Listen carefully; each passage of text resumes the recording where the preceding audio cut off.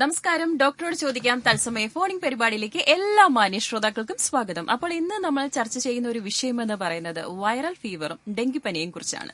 അപ്പോൾ ഇതിനായിട്ട് നമ്മോടൊപ്പമുള്ളത് കൊല്ലം മെഡിട്രീന ഹോസ്പിറ്റലിലെ consultant general medicine doctor Arun ശ്രീകുമാറാണ്. അപ്പോൾ നമ്മുടെ ഡോക്ടറിനെ പരിപാടിയിലേക്ക് സ്വാഗതം ചെയ്യുകയാണ്. നമസ്കാരം. നമസ്കാരം. പ്രോഗ്രാമിൽ വിളിച്ചത് നന്ദി. Okay doctor. അപ്പോൾ എനിക്ക് ഒരു കാര്യം പറയാനുള്ളത്, നമ്മളിപ്പോൾ പത്രത്തിൽ തന്നെ കാണാറുണ്ട്, വർദ്ധിച്ചു വരികയാണ് അല്ലെ വൈറൽ ഫീവർ, ഡെങ്കിപ്പനി, ഇത് രണ്ടും കൂടെ മത്സരിച്ച് നിൽക്കുകയാണ്. എന്തുകൊണ്ടാണ് ഇങ്ങനെ ഒരു വർധന ഉണ്ടാകുന്നത്? വൈറൽ പനി തന്നെ പലതരത്തിലുള്ള വൈറൽ പനി ഉണ്ടാവും. അതിലൊരു പാർട്ടാണ് ഡെങ്കു വൈറസ്. ഒക്കെ ഡെങ്കു ഉണ്ടാവുന്ന ഒരു വൈറസ് ആണ് ഡെങ്കു വൈറസ് എന്ന് പറഞ്ഞിട്ട് മനസ്സിലായില്ല. അപ്പൊ ഡെങ്കു മാത്രമല്ല, നമുക്കിപ്പം H1N1 ഇൻഫെക്ഷൻ ഉണ്ട്, അതും ഒരു വൈറസ് ആണ്.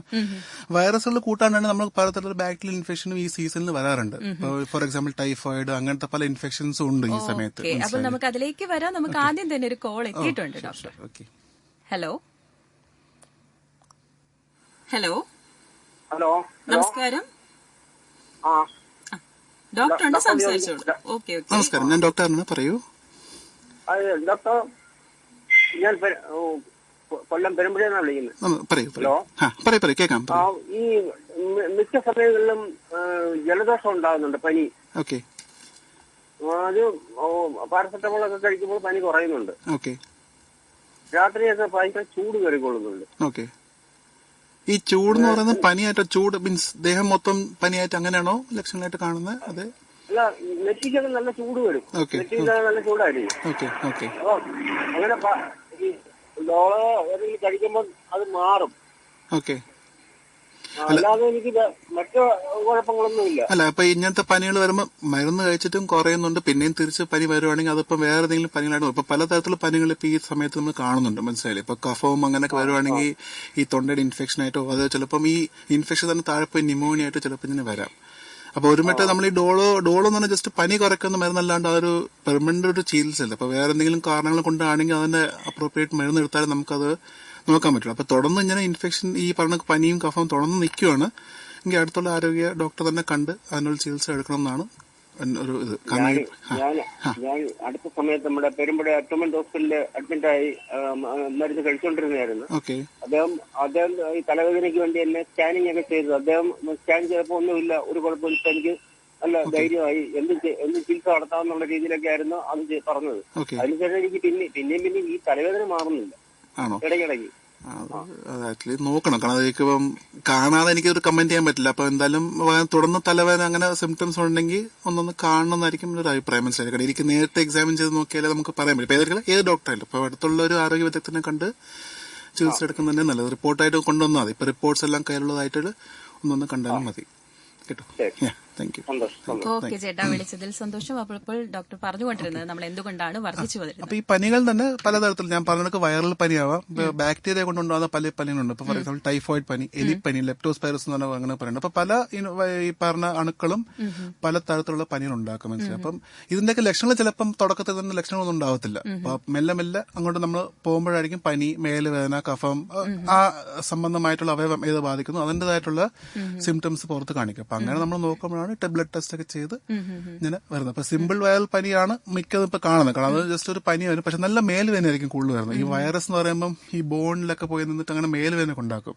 ബോഡി പെയിൻ, നല്ല ഒരു ഫീവർ വിട്ട് വരും. അത് 103-102 ഡിഗ്രി വരെ പോകും. പിന്നെ പനിയുടെ ഗുളിക അടിക്കുമ്പോൾ കുറയും, പിന്നെ വിട്ട് കൂടും കുറയും, അങ്ങനെ നിൽക്കും, മനസ്സിലായി. പക്ഷെ ഒരു പരിധി വരെ ഇതൊന്നും കുറഞ്ഞില്ലെങ്കിൽ ഈ പറഞ്ഞ ഇൻവെസ്റ്റിഗേറ്റ് ബ്ലഡ് ടെസ്റ്റ് ഒക്കെ ചെയ്ത് നോക്കേണ്ടതാണ്. കാരണം അതിന് അനുയോജ്യമായ മരുന്ന് എടുക്കണം, എന്നാലേ അതിന് ട്രീറ്റ്മെന്റ് നമ്മളോട് കംപ്ലീറ്റ്നെസ്സിന് പറയാൻ പറ്റുള്ളൂ. അപ്പോൾ ഈ ഒരുപാട് പ്രശ്നങ്ങൾ നേരിടുകയാണ് സംസ്ഥാനം ഇപ്പോൾ ഡെങ്കിപ്പനി, വൈറൽ ഫീവർ എന്ന് പറയുന്നത്. അതുകൊണ്ട് തന്നെ എന്തൊക്കെ കാര്യങ്ങളിൽ നമുക്കൊരു മുൻകരുതൽ കൊടുക്കാനായിട്ട് സാധിക്കും? ബേസിക്കലി കൊതു, ഇപ്പൊ ഡെങ്കിപ്പനി സ്പെസിഫിക് എടുക്കുവാണെങ്കിൽ കൊതു വഴിയാണ് അത് പകരുന്നത്. ഇപ്പൊ ഒരു ഇൻഫെക്റ്റഡ് ആയിട്ടൊരു കൊതു നമ്മളെ കടിച്ച് വേറൊരാൾ കടിക്കുമ്പോഴാണ് ഈ ഡെങ്കു വൈറസ് എന്നുള്ളത് ഓരോ ശരീരത്തിൽ മറ്റു ശരീരത്തിൽ പോകുന്നത്, മനസ്സിലായി. അപ്പൊ ബേസിക്കലി ഈ വെള്ളം കെട്ടിക്കിടക്കുന്ന വെള്ളം വീട്ടിലിപ്പോ എന്തെങ്കിലും ഈ പറഞ്ഞ യൂഷ്വലി പാട്ടയ്ക്കകത്തോ അല്ലെങ്കിൽ ചേട്ടലിൽ വെള്ളം ഇങ്ങനെ കിടക്കുന്നത്, പ്ലാസ്റ്റിക് ഏതെങ്കിലും ബോട്ടിലൊക്കെ ആയാലും മതി. അപ്പൊ ഇങ്ങനെ കിടക്കുന്ന നമ്മൾ ഈ പൊതു കൊന്നിട്ട് മുട്ടയിട്ടിട്ട് അത് വന്നപ്പോഴാണ് ഈ ഇൻഫെക്ഷൻ സ്പ്രെഡ് ആകുന്നത്. അപ്പൊ അങ്ങനത്തെ വെള്ളം കെട്ടിക്കിടന്ന വെട്ടങ്ങളൊക്കെ നമ്മൾ കളയാം. പിന്നെ വീട്ടിനകത്ത് കുളമൊക്കെ ആണെങ്കിൽ കുളമൊക്കെ ഇടയ്ക്കിടയ്ക്ക് ഒന്ന് വൃത്തിയാക്കി നിൽക്കണം. അല്ലെങ്കിൽ ഇതിൽ ഇങ്ങനെ നിൽക്കുമ്പോഴാണ് ഇൻഫെക്ഷൻ ഇങ്ങനെ സ്പ്രെഡ് ആവുന്നത്. അതിൽ നിന്നല്ല, ഈ അതിൽ നിന്ന് ഉണ്ടാവുന്ന കൊതു. ഡോക്ടർ, നമുക്ക് എന്തായാലും മറ്റൊരു കോൾ ഉണ്ട്. ഹലോ ഹലോ, പറയൂ ഡോക്ടർ. എന്റെ പേര് രാജീവ് എന്നാണ്. ഒരു സംശയം ചോദിക്കാനായിരുന്നു. എനിക്ക് കുറച്ച് ദിവസമായിട്ട് ചെറിയ പനി പോലെ വന്ന പക്ഷെ അതങ്ങ് മാറി. പക്ഷെ ഇടയ്ക്കിടയ്ക്ക് ഒരു തലകറക്കം പോലെ ഇടയ്ക്ക് തോന്നും. കുറച്ച് റെസ്റ്റ് എടുക്കുമ്പോൾ അങ്ങ് മാറും. പക്ഷെ ഇതിനു മുമ്പ് അങ്ങനെ വന്നപ്പോൾ ഞാൻ കൊണ്ട് BP ചെക്ക് ചെയ്തായിരുന്നു. BP കുറവായിരുന്നു. അപ്പൊ അത് ഒരു 3 മാസം മുമ്പ്, പിന്നെ അതിന് ശേഷം ഒരു വട്ടം വന്നു. പക്ഷെ ഇപ്പൊ അത് ആഴ്ചയിൽ ഒരു 1-2 വട്ടം എങ്കിലും മിനിമം ഇങ്ങനെ വരുന്നുണ്ട്. പനിയുണ്ടോ കൂട്ടത്തിൽ? പനി ഇല്ല, ഒന്നുമില്ല. അപ്പൊ പിന്നെ ഇൻഫെക്ഷൻ അല്ലാത്ത വേറെ പല കാരണങ്ങളും നമ്മൾ നോക്കിയിട്ടിരിക്കുന്നു. BP കുറവായിട്ടുള്ളത് മരുന്നൊന്നും കഴിക്കുന്നുണ്ട്? BPക്കുള്ള മരുന്ന് ഇല്ല, അങ്ങനൊന്നും ഇല്ല. കൂടെ റയറായിട്ടേ വരത്തുള്ളായിരുന്നു. ഇതിനു മുമ്പ് 2 വട്ടേ വന്നിട്ടുള്ളൂ. ഈ ലാസ്റ്റ് 2 വീക്കിൽ ഒരു 3-4 വട്ടം വന്നു അല്ലേ? അപ്പൊ അങ്ങനെയാണെങ്കിൽ അതും ഈ പറഞ്ഞൊക്കെ നമുക്കൊന്ന് ടെസ്റ്റ് ചെയ്ത് നോക്കണം. ആളെ കണ്ട് നമ്മൾ ഒരു ഇതായിട്ട് നോക്കിയാലേ പറ്റും. കാരണം പനിയില്ലെങ്കിൽ, പനിയുള്ളപ്പം ഈ മിക്കതും BP ഇങ്ങനെ കുറഞ്ഞു, അപ്പൊ ലൂസ് മോഷനായിട്ട് പോവേ, അത് അങ്ങനെ ക്ഷീണം വരുമ്പോൾ അങ്ങനെയാണ് വരുന്നത്. അപ്പൊ പനി ഇല്ലാത്ത സ്ഥിതിക്ക് ഒന്നുമില്ല. വേറെ ഈ കണ്ണിരുട്ട് കയറി അങ്ങനെ എന്തെങ്കിലും ആയിട്ട് അങ്ങനെ ഒന്നുമില്ല. ചെറിയ ക്ഷീണവും ചെറിയ തലകറക്കവും. പക്ഷെ എന്നാലും ഒരു എവാലുവേഷൻ ചെയ്യണം. നമ്മൾ ബേസിക് ആയിട്ടുള്ള കൗണ്ടും ടെസ്റ്റുകളൊക്കെ ചെയ്ത് നോക്കണം. മനസ്സിലായി? കാരണം ഇത്രയും ഒരു 1 വീക്ക് കൂടുതലായിട്ടുള്ള സ്ഥിതിക്ക് ആദ്യം ഇൻഫെക്ഷൻ എന്തെങ്കിലും നമ്മൾ നോക്കണം. അതല്ലെങ്കിൽ 1 വീക്ക് തന്നെ അത് ഡെയിലി ഇല്ല. 2 ദിവസം മുമ്പ് ഉണ്ടായിരുന്നു. അതിന് മുമ്പ് 2 ദിവസം മുമ്പ് അങ്ങനെ വന്നത്. അതാ എന്നാലും കളക്റ്റീവായിട്ട് നോക്കുമ്പോൾ ഒരു 1 വീക്ക് അടുപ്പിച്ച് കാണുമല്ലോ അല്ലേ? 5-6 ഡേയ്സ് അടുപ്പിച്ച് കാണൂല്ലേ തുടക്കം എന്ന് പറയാം. അപ്പൊ എന്തായാലും നമ്മൾ അങ്ങനെ നിൽക്കുമ്പോൾ ആ സാഹചര്യത്തിൽ നമുക്ക് ഈ പറഞ്ഞ ടെസ്റ്റുകൾ ചെയ്ത് നോക്കണം. ഇപ്പൊ കൗണ്ടും കാര്യങ്ങളൊക്കെ, ഈ ഹിമോഗ്ലോബിനും ടോട്ടൽ കൗണ്ടൊക്കെ കൂടിയിട്ടുണ്ടെങ്കിൽ നമ്മൾ നോക്കണം. ഇൻഫെക്ഷൻ ഉണ്ടോ ഇല്ലെന്ന് നോക്കണം. അപ്പൊ അതൊക്കെ നോർമൽ ആണെങ്കിൽ പിന്നെ ഈ പറഞ്ഞ സർക്കുലേറ്ററി പ്രോബ്ലംസ് നോക്കണം. ഈ ബ്ലഡ് സർക്കുലേഷൻ പോകുന്നതിൽ എന്തെങ്കിലും വ്യത്യാസം ഉണ്ടോ നമ്മൾ നോക്കണം. മനസ്സിലായില്ലേ? അത് നമ്മൾ നോക്കണം. മനസ്സിലായില്ലേ? അത് നമ്മൾ പേഷ്യന്റ് കണ്ട് നമ്മൾ ആ പൾസ് ഒക്കെ നോക്കി അതിനനുസരിച്ച് നമുക്ക് ഡിസൈഡ് ചെയ്യാൻ പറ്റുള്ളേ. അപ്പൊ അത് ഒരു റേഡിയോ കൂടെ പറയാനുള്ളതാണ്. കാരണം പേഷ്യന്റ് കണ്ട് നമ്മൾ അസസ് ചെയ്തിട്ട് നമുക്ക് ഫർദർ ആയിട്ട് എന്തൊക്കെ ഉള്ളത് ചെയ്യാൻ പറ്റും. അത് പ്രത്യേക ടെസ്റ്റ് അല്ല, ചിലപ്പോൾ നമ്മൾ ക്ലിനിക്കിൽ നോക്കുന്നതാവാം, BP ഒക്കെ നോക്കിയിട്ട് അങ്ങനെ അസസ് ചെയ്യാൻ പറ്റുള്ളൂ. മനസ്സിലായില്ലേ? ഇപ്പൊ അത്യാവശ്യമായിട്ട് കൗണ്ടും HP നോക്കുന്നതല്ലായിരിക്കും. അങ്ങനെ നോക്കണം. പക്ഷെ എന്നാലും ഒരു ആരോഗ്യ വിദഗ്ധനെ കണ്ടിട്ട് മതി ചെയ്യുന്നത്. മനസ്സിലായില്ലേ? കാരണം ഒരു ആള് കണ്ടിട്ട് വേണം നമ്മൾ എക്സാമിൻ ചെയ്ത് നോക്കിയിട്ട് നമുക്ക് അതിനൊരു കൺഫേം ആയിട്ട് പറയാൻ പറ്റും ഇത് കൊണ്ടാണോ അല്ലെന്നുള്ളത്. മനസ്സിലായി? പല ലക്ഷങ്ങളും കാണുവേ. അപ്പൊ അത് ചിലപ്പം പേഷ്യന്റ് മിസ്സാവും, നമ്മൾ നോക്കുമ്പോഴേ അറിയാൻ പറ്റുള്ളൂ. മനസ്സിലായില്ലേ? അങ്ങനെ. Okay, thank you. ഓക്കെ ചേട്ടാ, വിളിച്ചതിൽ സന്തോഷം. അപ്പോൾ ഡോക്ടർ, നമ്മളിപ്പോ ഈ പറഞ്ഞതുപോലെ ഡെങ്കിപ്പനി പകരുന്ന ഒരു സാഹചര്യം പറയുന്നു. യഥാർത്ഥത്തിൽ കുറെ പേർക്കുള്ള സംശയമാണ്, കൊതുക് കടിക്കുന്നത് മൂലമാണ് ഡെങ്കിപ്പനി വരുന്നത്. അത് എങ്ങനെയാണ്? ഇത് ഏതെങ്കിലും തരത്തിലാണ് ഇതിനൊരു പകർച്ചവ്യാധി എന്ന് പറയപ്പെടുന്നത്? അത് ഇപ്പൊ ഈ ഒരു കമ്മ്യൂണിറ്റിയിൽ ഉണ്ടാവുന്നത്. ഇപ്പൊ ഒരു കമ്മ്യൂണിറ്റിയിൽ ഇപ്പൊ ഈ പറഞ്ഞ വെള്ള കളക്ഷൻ ഉള്ള അങ്ങനെ എന്തെങ്കിലും ഇത് പറയുമ്പം കൊതുകുകൾ അവിടെ വന്നിട്ട് അത് അവരുടെ ഒരു ഇതായിട്ട് നിൽക്കും, മുട്ടയിട്ട് അങ്ങനെ നിൽക്കണം. അപ്പൊ അങ്ങനെ ഒന്ന് കടിച്ചിട്ട് വേറൊരാളെ ഇങ്ങനെ പലർക്കും ഉള്ളൊരു സംശയമാണ് ഡെങ്കിപ്പനി കൊതുക് മൂലമാണോ. പക്ഷെ ഒരു ഡെങ്കിപ്പനി ഉള്ള ഒരു വ്യക്തി അടുത്ത് വന്നാൽ അതായത് ആ വ്യക്തിയെ കടിച്ചാൽ മാത്രം ആ കൊതുകിനെ മാത്രമായിരിക്കുമോ ഈ പകർച്ചവ്യാധി? അല്ല, അങ്ങനെ മാത്രമല്ല. അങ്ങനെ ഇപ്പൊ ഡെങ്കു ഇപ്പൊ അടുത്തുള്ള ആള് നെഗറ്റീവ് സിംറ്റംസ് ഒന്നും കാണത്തില്ല. പക്ഷെ സ്റ്റിൽ ഈ ഡെങ്കു ആ കൊതുകിൽ നിന്ന് വരുന്നതാണ്. ഇപ്പൊ ഒരാൾക്ക് ചിലപ്പോൾ അത് പോകുമ്പോൾ വയറിലോട്ട് ചിലപ്പോൾ കുറവായിരിക്കും. സോ വെളിയിൽ സിംറ്റംസും അങ്ങനെ ഒന്നും കാണത്തില്ല. അതേസമയം ആ ഒരു കൊതുകിനെ വേറൊരാൾ കടിക്കുമ്പോൾ ചിലപ്പോൾ വയറിലോട്ട് കൂടുതലായിരിക്കും. ഇപ്പൊ ഈ കടിക്കുന്ന ആൾ തന്നെ കടി കിട്ടിയ ആളിന് പ്രതിരോധം കുറഞ്ഞൊരവസ്ഥയായിരിക്കും. ഫോർ എക്സാമ്പിൾ എന്തെങ്കിലും ഈ ഇൻഫെക്ഷനോ അങ്ങനെ എന്തെങ്കിലും അസുഖങ്ങളുള്ളതായിരിക്കും, ഡയബറ്റീസ് ഒക്കെ ഉള്ളവർക്ക്. അപ്പൊ അവർക്കൊക്കെ ആകുമ്പോൾ പ്രതിരോധം പൊതുവെ ഇത്തിരി കുറഞ്ഞു നിൽക്കുന്ന അവസ്ഥയില്ല. അവർക്ക് ചിലപ്പോൾ ഈ വയറിലൂടെ ഇപ്പൊ എത്ര വൈറസ് പോകുന്ന അർത്ഥത്തിലാണ് ഈ ഇൻഫെക്ഷന്റെ സിവിയറിറ്റി നമ്മൾ മനസ്സിലാക്കുന്നത്. മനസ്സിലായില്ല? അപ്പൊ ഓരോ ശരീരത്തിനും ഓരോ ഇതായിട്ടാണ്. ബേസിക്കലി കൊതു ഒരാൾ കടിച്ച് വേറെ ആളിങ്ങനെ പോകുമ്പോൾ അങ്ങനെയാണ്. പിന്നെ പൊതുവെ സാധാരണയായിട്ട് നമുക്ക് കാണപ്പെടുന്ന ഒരു പ്രശ്നമെന്ന് പറയുന്നത് പനിയോ അല്ലെങ്കിൽ ഈ പറഞ്ഞ തരത്തിലുള്ള പനികളൊക്കെ വന്നു കഴിഞ്ഞാൽ വീട്ടിൽ തന്നെ ചികിത്സ തേടാറുണ്ട്. ഒരു ഡോളയോ അല്ലെങ്കിൽ ഒരു പാരസെറ്റമോളോ കഴിച്ചുകൊണ്ട് കാണാറുണ്ട്. പക്ഷെ ഇത്തരത്തിൽ ഇപ്പോ നമുക്ക് അങ്ങനെ ചെയ്യാൻ സാധിക്കുമോ, അല്ലെങ്കിൽ ഡോക്ടറിനെ കാണേണ്ട അത്യാവശ്യം തന്നെയാണ്? അത് ഡിപ്പെൻസ്. ഇപ്പൊ ഡെങ്കു ഫീവർ എന്ന് പറയുമ്പോൾ ഇപ്പം WHO ആയിട്ട് ക്ലാസിഫൈ ചെയ്യുന്ന 2 രീതിയിലാണ്. ഒന്ന് കോംപ്ലിക്കേഷൻ ഇല്ലാതെ, ഒന്ന് സിവിയറിറ്റി. പണ്ട് നമ്മൾ ക്ലിനിക്കിൽ നോക്കുമ്പോൾ 3 തരത്തിൽ ക്ലാസിഫൈ ചെയ്യുമായിരുന്നു. പക്ഷെ ഇപ്പൊ രോഗാരോഗ്യം WHO പറയുന്നതനുസരിച്ച് അൺകോംപ്ലിക്കേറ്റഡ് എന്ന് പറയുമ്പോൾ ജസ്റ്റ് ഫീവറും മേലുവേദനയും അങ്ങനെയൊക്കെ ഒരു ബേസിക്സ്, ബ്ലീഡിംഗ് ഒന്നും കാണത്തില്ല. അവർക്ക് ജസ്റ്റ് സാധാരണ രീതിയിൽ ഇപ്പൊ മേലുവേദന, നല്ല തലവേദന, അങ്ങനെ കണ്ണ് ചുറ്റുവേദന അങ്ങനെയൊക്കെ ആയിരിക്കും. അങ്ങനെയുള്ള ഇതിൽ നമ്മൾ സിംറ്റംസ് അനുസരിച്ചാണ് അഡ്മിഷൻ വേണോ വേണ്ടെന്ന് പറയുന്നത്. ഇപ്പൊ ഒരാൾക്ക് ചിലപ്പോൾ 2 ദിവസം ഡോളോ കഴിച്ചിട്ടും വിട്ടുമാറാത്ത പനി, ഇപ്പൊ നമ്മുടെ ഹോസ്പിറ്റലിൽ തന്നെ അങ്ങനെ 2 പേരുണ്ട്, വിട്ടുമാറാത്ത പനി, നല്ല മേലുവേദന, അവർക്ക് ഇഞ്ചക്ഷൻ കൊടുത്തേ മാറാൻ പറ്റുള്ളൂ. അപ്പൊ അങ്ങനത്തെ സാഹചര്യം വരുമ്പോൾ അഡ്മിറ്റ് ചെയ്ത് അങ്ങനെ ഇഞ്ചക്ഷൻ എടുത്ത് ഡ്രിപ്പ് ഒക്കെ കൊടുത്ത് അങ്ങനെ ബേസിക്കലി ഡ്രിപ്പും പാരസെറ്റമോൾ തന്നെയാണ് ഇതിന്റെ ട്രീറ്റ്മെന്റ് ഡെങ്കു പനിക്ക് സംബന്ധിച്ചുള്ളൂ. മനസ്സിലായി? അപ്പോൾ നിറയെ വെള്ളം കുടിക്കുക, വെള്ളം കുടിച്ച് മൂത്രവും മറ്റും നല്ലോണം പോയിക്കുക, അതൊക്കെയാണ് ബേസിക് ആയിട്ടുള്ള ട്രീറ്റ്മെന്റ് ഒരു ഇത്. അപ്പം ഒരു പേഷ്യന്റ് സംബന്ധിച്ചുള്ള അവർക്ക് ഇപ്പം ബുദ്ധിമുട്ട് ഇപ്പം ശ്രദ്ധിക്കാൻ തോന്നുന്നു. അതേസമയം ഈ ലൂസ് അപ്പൊ അങ്ങനെ സിറ്റുവേഷനിൽ ഈ ഗുളിക കഴിച്ചാൽ അവർക്ക് ഓർക്കാൻ വെച്ചാൽ ഗുളിക തുപ്പും, മനസ്സിലായില്ലേ? അപ്പൊ അങ്ങനത്തെ ഒരു സിറ്റുവേഷനിൽ ഡെഫിനറ്റ്ലി വേറെ വഴിയില്ലെങ്കിൽ അഡ്മിഷൻ ചെയ്ത് ഡ്രിപ്പായിട്ട് ഇഞ്ചക്ഷനായിട്ട് ഡ്രിപ്പും ഇങ്ങനത്തെ ഇഞ്ചക്ഷൻസ് കൊടുക്കുമ്പോൾ ബെറ്റർ ആവും. അപ്പൊ അങ്ങനെ പിന്നെ ഓഫ് കോഴ്സ് ബ്ലീഡിംഗ് വരുമ്പോൾ നമ്മൾ നോക്കിയാൽ ഈ ഡെങ്കുവിലുള്ള ഒരു കോംപ്ലിക്കേഷൻ എന്ന് പറഞ്ഞാൽ പ്ലേറ്റ്ലെറ്റ് എന്ന് പറഞ്ഞ കൗണ്ട് കുറയുന്നതാണ്, മനസ്സിലായി? ഈ പ്ലേറ്റ്ലെറ്റ് കൗണ്ട് കുറയുമ്പം അത് ബ്ലീഡിംഗ് ടെൻഡൻസി കൂട്ടും, മനസ്സിലായി? അപ്പൊ ഈ പ്ലേറ്റ്ലെറ്റ് നമ്മൾ ബ്ലീഡിങ്ങിന് വേണ്ടി സഹായിക്കുന്ന ഒരു കൗണ്ടാണ് ഈ പ്ലേറ്റ് എന്ന് പറയുന്നത്. അത് കുറഞ്ഞു വരുമ്പം ശരീരത്തിൽ എവിടെ ബ്ലീഡിംഗ് ഉണ്ടാവാനുള്ള ചാൻസ് ഉണ്ട്. നമ്മൾ സിമ്പിൾ ആയിട്ട് പല്ല് കഴിക്കുമ്പോൾ ചിലപ്പോൾ ഗമ്മിൽ ബ്ലീഡിംഗ് ഉണ്ടാവാം, അല്ലെങ്കിൽ ചിലപ്പോൾ മലം പോകുമ്പോൾ ചിലപ്പോൾ ഇച്ചിരി ചോരയായിട്ട് പോകും, കറുത്ത, അങ്ങനെ പല ഇതായിട്ട്. ചിലപ്പോൾ നമ്മുടെ തോളിലടി തന്നെ ചെറുതായിട്ട് ഒരു ചുവന്ന പാടൊക്കെ ആയിട്ട് അതൊക്കെ ഒരു ബ്ലീഡിംഗ് ഈ പ്ലേറ്റഡ് കുറഞ്ഞൊരവസ്ഥ, അതായത് ത്രോംബോസൈറ്റോപിൻ എന്ന് പറയും. ആ പ്ലേറ്റ് കുറഞ്ഞൊരവസ്ഥയാണ് ഇതിന്റെ കാപ്പ. ഡെഫിനറ്റ്ലി അങ്ങനത്തെ കണ്ടീഷൻസ് നമ്മൾ അഡ്മിറ്റ് ചെയ്ത് പ്ലേറ്റ്ലെറ്റ് കൗണ്ട് ഡെയിലി നോക്കണം. ഒരു ലിമിറ്റ് കുറയുകയാണെങ്കിൽ നമ്മൾ പ്ലേറ്റ്ലെറ്റ് ഇടേണ്ടി വരും. ഇപ്പം ഒരു ഈ ട്രാൻസ്ഫ്യൂഷൻ നമ്മൾ ഈ ബ്ലഡ് കൊടുക്കുന്ന പോലെ പ്ലേറ്റ്ലെറ്റിന്റെ കൗണ്ട് ഇടേണ്ടി വരും, മനസ്സിലായി? അപ്പൊ അങ്ങനെ കൂട്ടേണ്ടി വരും. നമ്മളത് ചെറിയ ഗൈഡ് ലൈൻസ് ഉണ്ട്. ഇന്ന ലെവലിൽ ഇത്ര കുറയുമ്പോൾ നമ്മൾ ഇടണം, ബ്ലീഡിംഗ് കൊണ്ടിങ് ഇടണം, അങ്ങനെ പല ഗൈഡ് ലൈൻസ് ആയിട്ട് നമ്മൾ ഫോളോ ചെയ്ത് ചെയ്യാറ്. പക്ഷെ ഇതാണ് യൂഷ്വൽ ആയിട്ടുള്ള ഒരു പ്രോട്ടോകോൾ നമ്മൾ പോകുന്നത്, മനസ്സിലായി? ഡോക്ടർ, ഇപ്പോൾ ഒരു തവണ ഡെങ്കിപ്പനി വന്നു കഴിഞ്ഞാൽ അതായത് രണ്ടാമതും ഡെങ്കിപ്പനി വരാനുള്ള സാധ്യതയുണ്ട്. അതുപോലെ തന്നെ ഈ ഡെങ്കിപ്പനി വന്നു കഴിഞ്ഞാൽ കൂടുതലും സങ്കീർണത വർദ്ധിക്കുന്നു എന്നൊരു കേട്ടുകേൾവിയും കൂടെ ഉണ്ട്. ശരിയാണോ? ഈ ഡെങ്കു വൈറസ് തന്നെ നമ്മൾ ഇപ്പം ആസ് പെർ ലിറ്ററേച്ചർ 4 തരത്തിലുള്ള വൈറസ് ഉണ്ട്. ഡെങ്കു 1, 2, 3, 4 എന്ന് പറഞ്ഞിട്ട്. ഒരിക്കൽ ഡെങ്കു വൈറസ് വന്നാൽ യൂഷ്വലി ആ പർട്ടിക്കുലർ വൈറസിനടുത്ത് ഇമ്മ്യൂണിറ്റി ശരീരം താനെ ഉണ്ടാവാറുണ്ട്. ബട്ട് യെസ്, ഇപ്പൊ നമുക്ക് കിട്ടുന്ന പേഷ്യൻസിന് സെക്കൻഡ് ടൈമും ഡെങ്കു വൈറസ് പോസിറ്റീവ് വരും, അതായത് 2ാം തവണ ഇൻഫെക്ഷൻ വരാറുണ്ട്. പക്ഷെ യൂഷ്വലി ഒരു സെക്കൻഡ് ടൈം ഇൻഫെക്ഷൻ വരുമ്പോൾ ഒരു കോംപ്ലിക്കേഷൻ ഡെഫിനറ്റ്ലി ഉണ്ടാവും. സിമ്പിൾ ആയിട്ട് അല്ലായിരിക്കും പോകുന്നത്. ഒന്നീ പറഞ്ഞ ലിവർ കരൾ ഈ ലിവറിനെ ബാധിച്ചിട്ട് അങ്ങനത്തെ ലിവർ ഡാമേജ് ആയിട്ട് ഉണ്ടാവുന്ന സിറ്റുവേഷനിലേക്ക് പോവാം. വേറെ പല ഞാൻ നേരത്തെ പറഞ്ഞ പ്ലേറ്റഡ് കുറഞ്ഞ നല്ല ബ്ലീഡിംഗിലെ ടെൻഡൻസിയിലേക്ക് പോവാം. അപ്പൊ അങ്ങനെ പല കോംപ്ലിക്കേഷൻസ് എക്സ്പെക്ട് ചെയ്യണം സെക്കൻഡ് ടൈം വരുമ്പോൾ. ഡോക്ടർ, നമുക്കൊരു കോൾ വെയിറ്റ് ചെയ്യുന്നുണ്ട്. ഹലോ ഹലോ, നമസ്കാരം. നമസ്കാരം, ഞാൻ ഡോക്ടറിനെ പറയൂ. ഹലോ, നമസ്കാരം ഡോക്ടർ. എന്റെ മോന് 13 വയസ്സുണ്ട്. ഓക്കെ. അപ്പൊ അവന് ഡെങ്കി ഒരു വട്ടം വന്നതായിരുന്നു. ഓക്കെ. അപ്പം അതിനുശേഷം അപ്പൊ അവര് ഇടയ്ക്കിടയ്ക്ക് പനി വന്ന് അങ്ങനെ ഞാൻ ടെസ്റ്റ് ചെയ്തപ്പോ ESR കൂടുതലാ, വേറെ കുഴപ്പമൊന്നും ഇല്ലെന്ന് പറഞ്ഞു. ഓക്കെ. ഓക്കെ. അപ്പൊ അതിന് വല്ല കുഴപ്പമുണ്ട്. പിന്നെ അതിനുശേഷം ആഹാരം വലുതായിട്ട് വേണ്ട, ഒരു ദിവസം 1-2 നേരെ കഴിക്കുന്നവള്. ഓക്കെ. എപ്പോഴാ ഡെങ്കി വന്ന ആയത്താണ് വന്നതെന്ന് പറഞ്ഞു? ഡെങ്കി വന്ന കഴിഞ്ഞ വർഷം ഒരു ഒക്ടോബർ നവംബർ മാസമായിരുന്നു. ഓക്കെ. അതിനുശേഷമാണ് ആഹാരം കുറവെന്ന് പറഞ്ഞു? അതിനുശേഷമാണ് ആഹാരവും കുറവ്, വിട്ടുവിട്ട് പനി വരുമായിരുന്നു. അങ്ങനെ ചെന്നിട്ട് ബ്ലഡ് ഒക്കെ ടെസ്റ്റ് ചെയ്യുമ്പോൾ കുഴപ്പമൊന്നുമില്ല, ESR കൂടുതലോ വേറെ കുഴപ്പമൊന്നുമില്ല. 2 ദിവസം കഴിയുമ്പോൾ പനി അങ്ങ് മാറും. പക്ഷെ ഭക്ഷണത്തിന് ഉള്ള ഒരു ആർത്തിയില്ല. അല്ല, കാണിച്ചായിരുന്നോ? ഇപ്പൊ ESR എത്ര ഉണ്ടെന്ന് വല്ലതും പറഞ്ഞു? ESR അന്ന് ടെസ്റ്റ് ചെയ്തപ്പോ പോയിന്റ് കൂടുതലാന്ന് പറഞ്ഞു, കുഴപ്പമൊന്നും ഇല്ലെന്ന് പറഞ്ഞു. ഓക്കെ. ഓക്കെ. നമ്മൾ ESR ഡെങ്കി വന്നു കഴിഞ്ഞാൽ ഇങ്ങനെ പ്രശ്നമുണ്ടോ? ഈ ആഹാരത്തിനുള്ള വെറുപ്പ് അങ്ങനെ? ആദ്യത്തെ ഒരു ഡെങ്കി ഇൻഫെക്ഷൻ വരുമ്പോൾ ഒരു 2-3 ആഴ്ചത്തേക്ക് കുറച്ച് ഇത് കാണും. പക്ഷെ അത് അപ്പുറം വേറെ കോംപ്ലിക്കേഷൻസ് ഇല്ലെങ്കിൽ അത് താനെ മാറി പോവും, മനസ്സിലായില്ലേ? ഒരു വർഷമായിട്ട് ഇങ്ങനെ നിൽക്കുവാണെങ്കിൽ വേറെ എന്തെങ്കിലും കാരണം ഉണ്ടോ നമ്മൾ നോക്കണം, മനസ്സിലായില്ലേ? അത് ഡെങ്കി കൊണ്ടാവാൻ ചാൻസ് കുറവാണ്. വേറെ എന്തെങ്കിലും ഒരു ഇൻഫെക്ഷൻ ഉണ്ടോ ഇല്ലെങ്കിൽ നമ്മൾ നോക്കണം. ഇടയ്ക്കിടയ്ക്ക് തലവേദന ഉണ്ടാവും, ഇടയ്ക്കിടയ്ക്ക് ക്ഷീണം ഉണ്ടാവും, പക്ഷെ ടെസ്റ്റ് ചെയ്യുമ്പോൾ ഒന്നും കാണുന്നില്ല. അതിപ്പം നോക്കണം. കാരണം ഡെങ്കു കൊണ്ടുള്ളൊരു കോംപ്ലിക്കേഷൻ വെരി റയറാണ്. അൺലെസ് ഈ ഡെങ്കു സമയത്ത് അഡ്മിറ്റ് ചെയ്തപ്പോ വേറെ കുഴപ്പമൊന്നുമില്ലായിരുന്നല്ലോ, ബ്ലഡ് കൊടുക്കേണ്ട അങ്ങനെ വന്നിട്ടില്ലല്ലോ. അങ്ങനെയുള്ളൂ, വേറെ ഒന്നുമില്ല.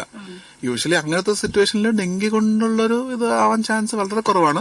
വേറെ എന്തെങ്കിലും കാരണം ഉണ്ടോ നമ്മൾ നോക്കണം, മനസ്സിലായില്ലേ? അതെന്ത് ടെസ്റ്റ് നടത്തണം ഡോക്ടർ? ഇപ്പൊ ബ്ലഡ് ടെസ്റ്റ് ഒക്കെ നടത്തിയപ്പോ കുഴപ്പമില്ലാന്ന് അവര് പറയുന്നത്. അപ്പൊ ഇത് എങ്ങനെ ഈ കാരണങ്ങൾ കാണിക്കുമ്പോ എന്ത് ടെസ്റ്റാ നടത്തേണ്ടത്? അല്ല, അത് ഇപ്പൊ കണ്ടാലേ പറ്റും. ഇപ്പം എനിക്ക് ഫോണിൽ കൂടെ പറയാനുള്ള ഒരു ഇതല്ല. അല്ലല്ല, അങ്ങനല്ല. ഇപ്പൊ കുട്ടിയെ കണ്ടിട്ടാണല്ലോ ഡോക്ടർ ബ്ലഡ് ടെസ്റ്റ് എഴുതുന്നത്. ഓക്കെ. അതൊക്കെ എഴുതിയിട്ട് അതിലൊന്നും കുഴപ്പമില്ലാന്ന് പറയും. പിന്നെയും കൊച്ചിന് അത് കണക്കാன ക്ഷീണമുണ്ട്, ആഹാരത്തിനോട് വെറുപ്പുണ്ട്. അത് കാണിക്കണം. മീൻസ് ഇപ്പൊ എനിക്ക് പേഷ്യന്റ് കണ്ടാലേ പറയാൻ ഒരു കമന്റ് ചെയ്യാൻ പറ്റൂലേ, മനസ്സിലായില്ലേ? ഇപ്പം ഫോണിൽ കൂടെ നമുക്ക് അങ്ങനെ പറയാനുള്ളതല്ല. ലക്ഷണങ്ങൾ വേറെ കുഴപ്പമൊന്നുമില്ല, അത് കളിക്കാക്കിയതെല്ലാം തന്നെ കുഴപ്പമൊന്നുമില്ല. ഇതാണ് പ്രത്യേകിച്ച് കുഴപ്പമുണ്ടാവത്തില്ല. പക്ഷെ അങ്ങനെ തോന്നുവാണെങ്കിൽ ജസ്റ്റ് ഒന്നും ഒരു കാണിച്ച് നമുക്കൊന്ന് മനസ്സിലായില്ലേ? ഓക്കെ. Thank you. ഓക്കെ ചേച്ചി, വിളിച്ചതിൽ സന്തോഷം. അപ്പോൾ ഡോക്ടർ, നമ്മൾ ഈ സാധാരണയായിട്ട് ഡെങ്കിപ്പനി എന്ന് കേൾക്കുമ്പോൾ ഒരു മാരകമായ ഒരു പനിയാണോ, അതോ അത് ഭയക്കേണ്ട ആവശ്യമുണ്ടോ? മാരകമായ പനി തന്നെയാണ്. അല്ല, അങ്ങനെ നോക്കണ്ട. കാരണം ഡെങ്കു ആദ്യം നമ്മൾ നോക്കി, ഞാൻ നേരത്തെ പറഞ്ഞ പ്ലേറ്റ്ലെറ്റ് കുറഞ്ഞ് ബ്ലീഡിംഗിലേക്ക് പോയി റിസ്ക് കൂടി ബ്ലീഡിംഗ് എങ്ങനെയാണോ സംഭവിക്കുക, ഞാൻ പറഞ്ഞില്ലേ, നമ്മൾ എക്സ്പെക്ട് ചെയ്യത്തില്ല. ചിലപ്പോൾ നമ്മൾ ഈ ഡെങ്കു പേഷ്യന്റ് ഈ പ്ലേറ്റ്ലെറ്റ് കുറഞ്ഞ അവസ്ഥയിൽ ഒരാൾക്ക് ചിലപ്പോൾ പെട്ടെന്ന് തലവേദന വോമിറ്റിംഗ് ഒക്കെ പറയും. നമ്മൾ CT സ്കാൻ ചെയ്ത് നോക്കുമ്പോൾ ഉള്ളിൽ ബ്ലീഡ് വരും ബ്രെയിനിനകത്ത്. അപ്പൊ അങ്ങനെ വരെ ബ്ലീഡിങ് നമ്മളല്ലേ ബ്ലീഡിങ്ങിന്റെ ഒരു കോംപ്ലിക്കേഷൻ ആണ് നമ്പർ 1 നമ്മൾ എക്സ്പെക്ട് ചെയ്യേണ്ടത് ഈ പ്ലേറ്റഡ് കുറയുമ്പോൾ. സെക്കൻഡ് തിങ്, ബ്ലീഡിംഗ് ഇല്ലെങ്കിൽ തന്നെ BP നമ്മളിപ്പോ ഈ പറഞ്ഞ പേഷ്യൻസിന് ചിലപ്പോൾ എന്തെങ്കിലും ലൂസ് മോഷൻ എന്തെങ്കിലും കാണും, എന്തെങ്കിലും അങ്ങനെ ഒരു സിംറ്റം കാണും. ആ വഴി വെള്ളം ശരീരത്തിൽ നിന്ന് പോകുമ്പോൾ BP കുറഞ്ഞ് അങ്ങനെ തളച്ചുണ്ടായിട്ട് ഹാർട്ട് റേറ്റിന് അങ്ങനെ പല ബാധിക്കാനുള്ള ചാൻസസ് ഉണ്ട്. ഹാർട്ട് റേറ്റ് ഇപ്പൊ ഹാർട്ടിന്റെ പ്രവൃത്തിക്ക് മനസ്സിലായി. ഇപ്പൊ ഞാൻ പറയുന്നത് കോംപ്ലിക്കേഷൻസ് പോലെയാണ്. ഹാർട്ടിന്റെ പമ്പിങ്ങിനൊക്കെ വരെ ബാധിക്കും. കാരണം ഇത്രയും വെള്ളം ഇൻഫെക്ഷന് കൂടി നിൽക്കുമ്പോൾ ഹാർട്ടിന്റെ പമ്പിങ്ങിനൊക്കെ ഇങ്ങനെ ബാധിച്ചിട്ട് അത് കുറഞ്ഞ് അങ്ങനെ BP കുറഞ്ഞുള്ള അവസ്ഥയിലേക്ക് ഇങ്ങനെ പോകാൻ ചാൻസ് ഉണ്ട്. പിന്നെ അല്ലാണ്ട് തന്നെ ഇങ്ങനെ നിൽക്കുമ്പോൾ ഒരു സെക്കൻഡറി ഇൻഫെക്ഷൻ വരാം. അതായത് ഡെങ്കു കൂടെ ഒരു ബാക്ടീരിയൽ ഇൻഫെക്ഷൻ കൂടെ വരും. അങ്ങനെ സാഹചര്യം വരുമ്പോൾ ഡെഫിനറ്റ്ലി ആന്റിബയോട്ടിക് ഇഞ്ചക്ഷൻ ആയിട്ട് കൊടുത്ത് അങ്ങനെ മാനേജ് ചെയ്യണം. അപ്പം പല കാരണങ്ങളും കൊണ്ടും ഈ ഡെങ്കു പേഷ്യൻസ് നമ്മൾ കറക്റ്റായിട്ട് നോക്കിയില്ലെങ്കിൽ കോംപ്ലിക്കേഷൻസ് പോയിട്ട് മരണം വരെ സംഭവിക്കുന്നതാണ്. അതൊരു സീരിയസ് ആയി നോക്കേണ്ട ഒരു അസുഖം തന്നെയാണ് ഡെങ്കു. മനസ്സിലായി. അപ്പൊ നമുക്കിപ്പോ വീട്ടിലൊരാൾക്ക് ഡെങ്കിപ്പനി ഉണ്ടെങ്കിൽ വീട്ടിലുള്ള മറ്റാളുകൾ ശ്രദ്ധിക്കേണ്ട കാര്യമുണ്ടോ? എങ്ങനെയെങ്കിലും മറ്റാളുകൾക്ക് പകരാനുള്ള സാധ്യതയുണ്ടെന്നാണല്ലോ പറഞ്ഞത്. അത് ബേസിക്കലി അങ്ങനെ പ്രിക്കോഷൻസ് പറയുന്നത് അങ്ങനെ ഇപ്പൊ നമ്മളെന്താ പറയാ ഒരു അങ്ങനെ അകന്ന് നിൽക്കേണ്ട ഒരു അവസ്ഥ അങ്ങനെ അതില്ല. ആ പേഷ്യന്റും കെയർ കിട്ടണം. ഈ പറഞ്ഞ മരുന്ന് കറക്റ്റായിട്ട് കൊടുക്കണം, ഫുഡ് കറക്റ്റായിട്ട് കൊടുക്കണം. സോ ഡെഫിനറ്റ്ലി ആ ഒരു കെയർ വേണ്ടി വരും. അത് ആ ഒരു കാരണം മാറി നിൽക്കേണ്ട ഒരു അവസ്ഥ ആയിട്ട് കാണുന്നില്ല. പിന്നെ ഈ പറഞ്ഞ പേഷ്യന്റ് നിൽക്കുന്ന കൂട്ടത്തിൽ ഒരു നമ്മൾ നെറ്റ് പറയുന്നത് നെറ്റ് വീട്ടില് കൊതുവല പോലെ നെറ്റ് പറയുന്നത്. അപ്പം ആ ഒരു ഫോളോ വേണം. അപ്പൊ പേഷ്യന്റ് എന്തെങ്കിലും ചികിത്സ ആ നെറ്റ് തുറന്നിട്ടുള്ളത് കൊടുത്തിട്ട് ബാക്കി നെറ്റും ഇടുക ബെഡിന്റെ ചുറ്റും. മനസ്സിലായി. പിന്നെ ഈ പറഞ്ഞ പേഷ്യനെ സംബന്ധിച്ചോളം കറക്റ്റ് ആയിട്ടുള്ള ഫുഡ്, ഇപ്പൊ നല്ല ന്യൂട്രിയൻ ആയിട്ടുള്ള ഫുഡൊക്കെ നമ്മൾ പറയുന്നത്. അപ്പൊ അൺലെസ് ഈ ലിവർ കോംപ്ലിക്കേഷൻ ഒന്നും ഇല്ലെങ്കിൽ ഈ പറഞ്ഞ നോർമൽ ആയിട്ടുള്ള ഫുഡ് നമ്മൾ പറയാറുള്ളൂ. ഇനി ലിവറിന്റെ SUP OTP നമ്മൾ നോക്കും ലിവറിന്റെ. അപ്പൊ അതിനെന്തെങ്കിലും കൂടുതലാണെങ്കിൽ ഓയിലി ഫുഡ് നോൺ വെജ് ഒക്കെ അവോയ്ഡ് ചെയ്യാൻ പറ്റും. ബാക്കി നോർമൽ ആയിട്ടുള്ള വെജിറ്റേറിയൻ ഫുഡ് നമ്മൾ കൊടുക്കാൻ തന്നെ പറയുന്നത്. നല്ല ഹൈഡ്രേഷൻ, അതായത് വെള്ളം നല്ലോണം കുടിക്കണം. അപ്പൊ അതിപ്പം നോർമൽ വെള്ളമാണ് ശരി, ജ്യൂസ് ഫ്രഷ് ജ്യൂസ് അങ്ങനെ പേഷ്യന്റ് എന്തോ താല്പര്യമായിട്ടുള്ളത് അതനുസരിച്ച് കൊടുക്കാൻ നമ്മൾ പറയുള്ളൂ. മനസ്സിലായാലും ബേസിക്കലി ഹൈഡ്രേഷനും നല്ലൊരു ഫുഡ് മെയിൻറ്റെയിൻ ചെയ്യുക. പിന്നെ പ്രതിരോധം എന്ന് പറഞ്ഞാൽ ഇതേ ഉള്ളൂ, ബേസിക്കലി ഇതായിട്ടേ ഉള്ളൂ. അത് പിന്നെ ഈ കോയിലൊക്കെ ഉണ്ടല്ലോ നമ്മളെ കൊതുവിന്റെ ഒക്കെ കോയിലും ഇതൊക്കെ അതൊക്കെ ഉപയോഗിക്കുക. മാക്സിമം ഈ കൊതുവിനെ നമ്മളൊന്ന് ചെയ്യണം. അപ്പോൾ കേട്ടുകൊണ്ടിരിക്കുന്ന ഡോക്ടറോട് ചോദിക്കാം തത്സമയ ഫോണിംഗ് പരിപാടിയാണ്. നമ്മൾ ചർച്ച ചെയ്യുന്ന വിഷയം എന്ന് പറയുന്നത് വൈറൽ ഫീവറും ഡെങ്കുപ്പനിയാണ്. അപ്പോൾ നമ്മോടൊപ്പം ഉള്ളത് കൊല്ലം മെഡിട്രീന ഹോസ്പിറ്റലിലെ ഡോക്ടർ അരുൺ ശ്രീകുമാറാണ്. അപ്പോൾ ഡോക്ടർ, നമ്മൾ ഇത്രയും കാര്യങ്ങൾ പറഞ്ഞു. പ്രതിരോധം ആവശ്യമാണ്, അതൊരു പ്രധാന ഘടകം തന്നെയാണ്. അപ്പോൾ ഈ ഒരു പ്രതിരോധത്തിനായിട്ട് എന്തെല്ലാം ഭക്ഷണങ്ങൾ കഴിക്കേണ്ടത്? എല്ലാവർക്കും ഉള്ളൊരു സംശയമാണ്, എന്ത് കഴിച്ചാലാണ് നമുക്ക് കുറച്ച് ഇമ്മ്യൂണിറ്റി പവർ ഉണ്ടാകുന്നത്? അങ്ങനെ പ്രത്യേകിച്ച് നമുക്ക് ഇപ്പൊ പ്രത്യേകിച്ച് ഡയബറ്റിക് പേഷ്യന്റ് നമ്മൾ അങ്ങനെ നോക്കും. മനസ്സിലായി. ഇപ്പൊ ഒരാൾക്ക് ഇപ്പൊ സാധാരണ ഒരു അസുഖമില്ലാത്ത ഒരാൾക്ക് പെട്ടെന്ന് ഡെങ്കിപ്പനി വന്നാൽ നമ്മൾ യൂഷ്വലി നല്ല നോർമൽ ആയിട്ടുള്ള ഫുഡ് കഴിക്കും. ഓയിലി ഫുഡൊക്കെ അവോയ്ഡ് ചെയ്യാൻ പറയുള്ളൂ. നോർമൽ ആയിട്ടുള്ള ഫുഡ്, ഈ ചോറ്, ഓട്സ് കഴിഞ്ഞ സിമ്പിൾ ആയിട്ടുള്ള ലിക്വിഡ് ഫുഡായിട്ട് സോഫ്റ്റ് ആയിട്ട് കഴിക്കാൻ തന്നെ പറയുന്നത്. ഓയിലി ഫുഡ് പരമാവധി കുറയ്ക്കാം, നോൺ വെജ് കുറയ്ക്കാം. മനസ്സിലായി. ബാക്കി വെജിറ്റബിൾസ് ഒക്കെ എന്തുകൊണ്ട് കഴിക്കാം. ഫ്രഷ് ഈ ജ്യൂസ് ഒക്കെ നല്ല ഫ്രഷ് ജ്യൂസ് ഒക്കെ ഉണ്ടാക്കാം. അങ്ങനെ ജ്യൂസ് നമുക്ക് എന്തായാലും മറ്റൊരു കോള് വെയിറ്റ് ചെയ്യുന്നുണ്ടോ? ഹലോ ഇത് പട്ടത്തരത്തുനിന്ന് വിളിക്കുവാ. പറയൂ, ഞാൻ ഡോക്ടറാണ്. പറയൂ. പിന്നെ എനിക്കിത് പനിയായിരുന്നു, പക്ഷെ ചൂടൊന്നുമില്ല, ഭയങ്കര തൊണ്ടവേദനയൊക്കെ ഉണ്ട്, ഇതുവരെ മാറിയില്ല. എത്ര ദിവസം അമ്മയ്ക്ക് തുടങ്ങിയിട്ട്? ഇപ്പൊ ഒരാഴ്ച കഴിഞ്ഞ്. നോക്കിയോ, അവിടെ കാണിച്ചോ? പാലത്തറയെ കൊണ്ടേ കാണിച്ചായിരുന്നു. ബ്ലഡ് നടുവേദനയുണ്ട്. ടെസ്റ്റ് ചെയ്തായിരുന്നോ വല്ലതും ബ്ലഡ്? ഇല്ല, അതൊന്നും പറഞ്ഞില്ലായിരുന്നു. അത് ഇനി ചെയ്യേണ്ടി വരും. കാരണം നമ്മളൊരു 3-4 ദിവസം വരെ നിന്നിട്ട് പനി കുറവില്ലെങ്കിൽ ഈ പറഞ്ഞ കൗണ്ടും ഡെങ്കു ഒക്കെ ടെസ്റ്റ് ചെയ്യേണ്ടി വരും അമ്മയ്ക്ക്. അപ്പൊ അത് ടെസ്റ്റ് ചെയ്ത് നോക്കിയിട്ട് ഈ മേൽവേദനയും പനി ഇതിന്റെ ലക്ഷണങ്ങളായിട്ടാണ് വരുന്നത്. അപ്പൊ നമ്മൾ അടുത്തുള്ള അവിടെ തന്നെ തിരിച്ച് പോയിട്ട് പറഞ്ഞ അവർ തന്നെ ബ്ലഡ് ടെസ്റ്റും ഈ പറഞ്ഞ ഡെങ്കു ടെസ്റ്റ് ഒക്കെ ചെയ്യും. അത് ചെയ്ത് നോക്കണം. അത് നോക്കണം. ഓക്കെ അമ്മ, വിളിച്ചതിൽ സന്തോഷം. അപ്പോൾ നമ്മൾ പറഞ്ഞുകൊണ്ടിരുന്ന എന്തൊക്കെ ഭക്ഷണങ്ങളാണ് കഴിക്കേണ്ടത്? അപ്പൊ അതാ പറഞ്ഞത്. അപ്പൊ നോർമൽ ആയിട്ടുള്ള പേഴ്സൺസിന് നമ്മൾ നോർമൽ ഫുഡ് തന്നെ സജസ്റ്റ് ചെയ്യും. ഈ ഓയിലി ഫുഡൊക്കെ കുറച്ച് പറയും. ഡയബറ്റീസ് സംബന്ധിച്ചും അവരുടേതായിട്ടുള്ള ഈ ഷുഗർ കണ്ടന്റ് കുറവായിട്ടുള്ള നോർമൽ അവരെന്തോ കഴിക്കുന്നു, ഷുഗർ കുറവായിട്ടുള്ള അത് തന്നെ കഴിക്കും. പിന്നെ ലിറ്ററേച്ചർ നമ്മൾ ചിലത് പറയുന്നത് പപ്പായയും കിവിയൊക്കെ കഴിച്ച കുറച്ച് പ്ലേറ്റ് ഇമ്പ്രൂവ് ആവാനുള്ള ചാൻസസ് പറയുന്നുണ്ട്. അത് നമ്മൾ പറയും. അഡ്വക്കേറ്റ് ചെയ്യും. ഇപ്പൊ പേഷ്യന്റ് ഫ്രൂട്ട്സ് ജനറലി കഴിക്കുന്ന അങ്ങനെ തെറ്റില്ല. സ്പെസിഫിക് ആയിട്ട് ഇന്നത് കഴിച്ചത് കൂട്ടുന്നുള്ളതൊരു ഇതില്ല. ജനറൽ ആയിട്ടുള്ള എല്ലാം കഴിക്കും. ആർക്ക് വെള്ളം, ഈ വെള്ളമാണ് അത്യാവശ്യമായിട്ട് വേണ്ടത്. വെള്ളം കുടിച്ച് ഈ യൂറിനേഷൻ നല്ലോണം പ്രൊമോട്ട് ചെയ്യണം, ഹൈഡ്രേറ്റ് ചെയ്യണം. മനസ്സിലായില്ല. അതാണ് മെയിൻ ആയിട്ടുള്ള നമ്മൾ പറയുന്നത്. അതുപോലെ നമ്മൾ നല്ലൊരു ആരോഗ്യമുള്ള മനുഷ്യർ, എനിക്ക് പനി വരാനുള്ള സാധ്യത ഇല്ല എന്ന് കരുതുന്നവർക്ക് ഈ ഒരു തരത്തിൽ ഒരു പനി വന്നു കഴിഞ്ഞാൽ അതിന്റെ ഇമ്പാക്ട് കുറവായിരിക്കും പൊതുവെ സാധാരണ ഇതിൽ നിന്ന്. അത് അങ്ങനെ ആവണമെന്നില്ല. അത് ഡിപ്പെൻസ്. ഞാൻ പറഞ്ഞില്ല എത്രത്തോളം വൈറസ് ബോഡിയിലുണ്ട് അതിന്റെ എഫക്ട് എങ്ങനെയാണ് നമുക്കത് പറയാൻ പറ്റും. ആരോഗ്യമായിട്ട് ആളും ചിലപ്പോൾ ഈ പറഞ്ഞ കോംപ്ലിക്കേഷൻസ് എന്തെങ്കിലും വന്നിട്ട് ക്ഷീണിതനായിട്ട് വരാം. മനസ്സിലായില്ല. അത് ആരോഗ്യത്തിൻ്റെതല്ല, എത്രത്തോളം ഡെങ്കു വൈറസ് അകത്തേക്ക് പോയി അതിന്റെ എഫക്ട് എത്രത്തോളം ഉണ്ട് നമ്മൾ ഇപ്പൊ ചിലപ്പോൾ ആദ്യ ദിവസം കാണത്തില്ല, ചിലപ്പോൾ 2-3 ദിവസം നമ്മളത് നോക്കി ബ്ലഡ് ടെസ്റ്റ് ഒക്കെ നോക്കി ആളുടെ കണ്ടീഷൻ അതനുസരിച്ച് നമുക്ക് പറയാൻ പറ്റും. അപ്പൊ ഡെഫിനറ്റ്ലി ഒരു ആരോഗ്യമുള്ള ആള് കുഴപ്പമൊന്നുമില്ലാതെ പോകുന്നത് നമുക്ക് പറയാൻ പറ്റില്ല. മനസ്സിലായില്ലേ. ഡെഫിനറ്റ്ലി ഇപ്പൊ എന്റെ 2-3 പേഷ്യൻസ് അങ്ങനെയുണ്ട്. വെൽ ബിൽഡ് യങ് പീപ്പിൾ ആണ്. വന്നപ്പോ അവർ ക്ഷീണമായിരുന്നു, പക്ഷെ ഇപ്പൊ പനിയൊക്കെ ആയിട്ട് വന്നു. സോ ആ ഒരു തിയറി അല്ല, ഓരോ ബോഡിക്ക് ഓരോ റെസ്പോൺസാണ്. മനസ്സിലായില്ലേ. അത് മാറും. ഈ പനി വന്നു കഴിഞ്ഞാൽ കുറെ ആന്റിബയോട്ടിക്കുകൾ കഴിക്കുന്ന ഒരു സാഹചര്യം കണ്ടിട്ടുണ്ട്. അത് നല്ലതാണോ? അല്ല, വൈറലിന് ഒരിക്കലും ആന്റിബയോട്ടിക്കിന് റോളില്ല. മനസ്സിലായി. ഈ വൈറൽ പനി എന്ന് പറഞ്ഞ വൈറസ് ആണ്. അത് ഈ ആന്റിബയോട്ടിക്സ് ആണ് നമ്മൾ കൊടുക്കുന്നത് ബാക്ടീരിയൽ ഇൻഫെക്ഷൻ, ബാക്ടീരിയ എന്ന് പറഞ്ഞ അണുക്കൾ വേണ്ടിയിട്ടാണ്. മനസ്സിലായില്ലേ. ഇതിനൊരു റോളില്ല. ഓഫ്കോഴ്സ് ഇപ്പൊ ഈ ഡെങ്കു പനി വല്ലവർക്ക് ഈ തൊണ്ട ഇൻഫെക്ഷൻ ഒക്കെ വരും. ആ ഇൻഫെക്ഷൻ ചിലപ്പോൾ ഒരു സെക്കൻഡ് ബാക്ടീരിയൽ ഇൻഫെക്ഷൻ ആവാം. അതിനുവേണ്ടി നമ്മൾ ചില ആന്റിബാക്ടീരിയൽ കൊടുക്കാറുണ്ട്. പക്ഷെ ഡെങ്കു മാത്രമാണ്, വേറെ മേലുവേദനയും ഈ പറഞ്ഞ ക്ഷീണം മാത്രമുള്ളൂ, വേറെ ഈ ലൂസ് മോഷൻ ഇല്ല, തൊണ്ടവേദന ഒന്നും ഇല്ല, വെറും പനിയും മേലുവേദന കണ്ടി നമ്മൾ യൂഷ്വലി ആന്റിബയോട്ടിക് കൊടുക്കാറില്ല പ്യുവർ ആയിട്ടുള്ള ഡെങ്കു ഫീവറിന്. മനസ്സിലായില്ലേ. വേറെ കൂടെ ഇതിന്റെ കൂടെ ഇപ്പൊ ഈ പറഞ്ഞ ലൂസ് മോഷനോ അത് ഇപ്പൊ കഫം നല്ല മഞ്ഞ കഫം പോകണമെങ്കിൽ അപ്പൊ അത് സെക്കൻഡ് ഇൻഫെക്ഷൻ വരാൻ ചാൻസ് ഉണ്ട്. അതിന് വേണ്ടി മാത്രമേ ഉള്ളൂ ആന്റിബയോട്ടിക്സിന് റോള്. അപ്പൊ നമ്മൾ അഡ്വൈസ് പറയുന്നത് വെച്ചാൽ ഇങ്ങനെ പനി മേലെന്ന് വരുവാണെങ്കിൽ ആന്റിബയോട്ടിക് കഴിക്കില്ല, ജസ്റ്റ് ഈ പറഞ്ഞ പാരസെറ്റമോൾ വെള്ളം നല്ല കുടിക്കുക. 2-3 ദിവസം കഴിഞ്ഞിട്ട് പനി കുറവില്ലെങ്കിൽ ടെസ്റ്റ് ചെയ്യുക, ഒരു ആരോഗ്യ വിദഗ്ധനെ കണ്ടിട്ട് മരുന്നെടുക്കുന്നതന്നെയാണ് നമ്മളും പറയുന്നത്. കാരണം ഈ ആന്റിബയോട്ടിക് നമ്മുടെ ഡെങ്കുവിന് വലിയ റോളില്ല. മനസ്സിലായില്ല. അപ്പൊ അത് ഇങ്ങനെ അനാവശ്യമായിട്ട് ഇങ്ങനെ കഴിച്ചാൽ ഭാവിയിൽ ആ ആന്റിബയോട്ടിക് വേറെ ഇൻഫെക്ഷൻ വരുമ്പോൾ ഏക്കത്തില്ല, ശരീരം ഏക്കത്തില്ല. അപ്പൊ അങ്ങനത്തെ പ്രശ്നങ്ങൾ പലതും ഉണ്ട്. മനസ്സിലായില്ല. സോ ബെറ്റർ ഡോളോ ആയിട്ട് നോക്കിയിട്ട് കുറവില്ലെങ്കിൽ കണ്ട് ചികിത്സിച്ച് ഈ പറഞ്ഞ ബ്ലഡ് ടെസ്റ്റ് ചെയ്ത് എന്താണെന്ന് നോക്കിയിട്ട് അനുസരിച്ച് ഗുളിക കഴിക്കുന്നതാണ്. അപ്പോൾ ഈ ക്രോണിക് ആയിട്ട് വരുന്ന പനികൾ നമ്മുടെ ശരീരത്തിലെ മറ്റേതൊക്കെ ഭാഗങ്ങളിലാണ് വ്യാപിക്കുന്നത്? എന്തെങ്കിലുമൊക്കെ പ്രശ്നങ്ങൾ ഉണ്ടാകാം? മീൻസ് ഈ ഡെങ്കു വൈറസ് പല അവയവങ്ങളും ബാധിക്കും. ഓൾമോസ്റ്റ് എല്ലാ അവയവങ്ങളും ബാധിക്കും. ഞാൻ പറഞ്ഞില്ല, ഫസ്റ്റ് ആൻഡ് ഫോർമോസ്റ്റ് ഈ പറഞ്ഞ ബ്ലഡ് ആണ്. കാരണം പ്ലേറ്റഡ് എന്ന് പറഞ്ഞ കൗണ്ട് കുറയുമ്പോൾ ബ്ലീഡിംഗ് ആയിട്ട് വരും. മനസ്സിലായില്ലേ. അതൊന്ന്. സെക്കൻഡ് തിങ്, ഇത് വഷളാമ ഡെങ്കുയുടെ ഒരു കണ്ടീഷൻ വഷളാമ അത് ലിവറിനെ ബാധിച്ചു, ലിവറിന് നീരുണ്ടാക്കുന്നതുണ്ട്. അപ്പൊ അതിന് കാരണം ലിവർ ഫംഗ്ഷനും ആൾട്ടേഡ് ആയിട്ട് വരും. ഒരു 50 നിൽക്കേണ്ട ഒരു ലിവർ ഫംഗ്ഷൻ ചിലപ്പോൾ അത് 300-1000 വരെ പോകും. അത് കിഡ്നിയെ ബാധിക്കും. കാരണം ഈ സർക്കുലേഷൻ പ്രൊഡക്ഷൻ വരുമ്പോൾ ബ്ലഡ് സർക്കുലേഷൻ കുറഞ്ഞിട്ട് കിഡ്നിയാണ് നമ്മൾ ശരീരത്തുണ്ടാകുന്ന വേസ്റ്റുകളെല്ലാം യൂറിനായിട്ട് പോകുന്നത്. അപ്പൊ ആ കിഡ്നിയുടെ പ്രവർത്തനം ബാധിക്കാം. യൂറിന് ചിലപ്പോൾ കുറവായിരിക്കും പോകുന്നത്, ക്രിയാറ്റിനൊക്കെ കൂടും, ഡയാലിസിസ് വരെ പോകാനുള്ള സാഹചര്യം വരെ ഉണ്ടാവാം. മനസ്സിലായി. ഞാൻ ഉദ്ദേശിച്ച ഡെങ്കു ഏത് പനിയായാലും അതിന്റെ ഒരു കോംപ്ലിക്കേഷൻസ് ഈ പറഞ്ഞ അവയവങ്ങളിൽ ഉണ്ടാവും. മനസ്സിലായി. ഹാർട്ടിനെ ബാധിക്കും. നേരത്തെ പറഞ്ഞ ഹാർട്ടിന്റെ പമ്പിങ്ങിന് വ്യത്യാസം വരും ഡെങ്കു വൈറസ് കാരണം. അപ്പൊ ഏതൊരു ഇൻഫെക്ഷൻ, ഇപ്പം എലിപ്പനി കൂടുതലും മസിൽസിനും ലിവറിനും കിഡ്നിയെ ബാധിക്കുന്നത്.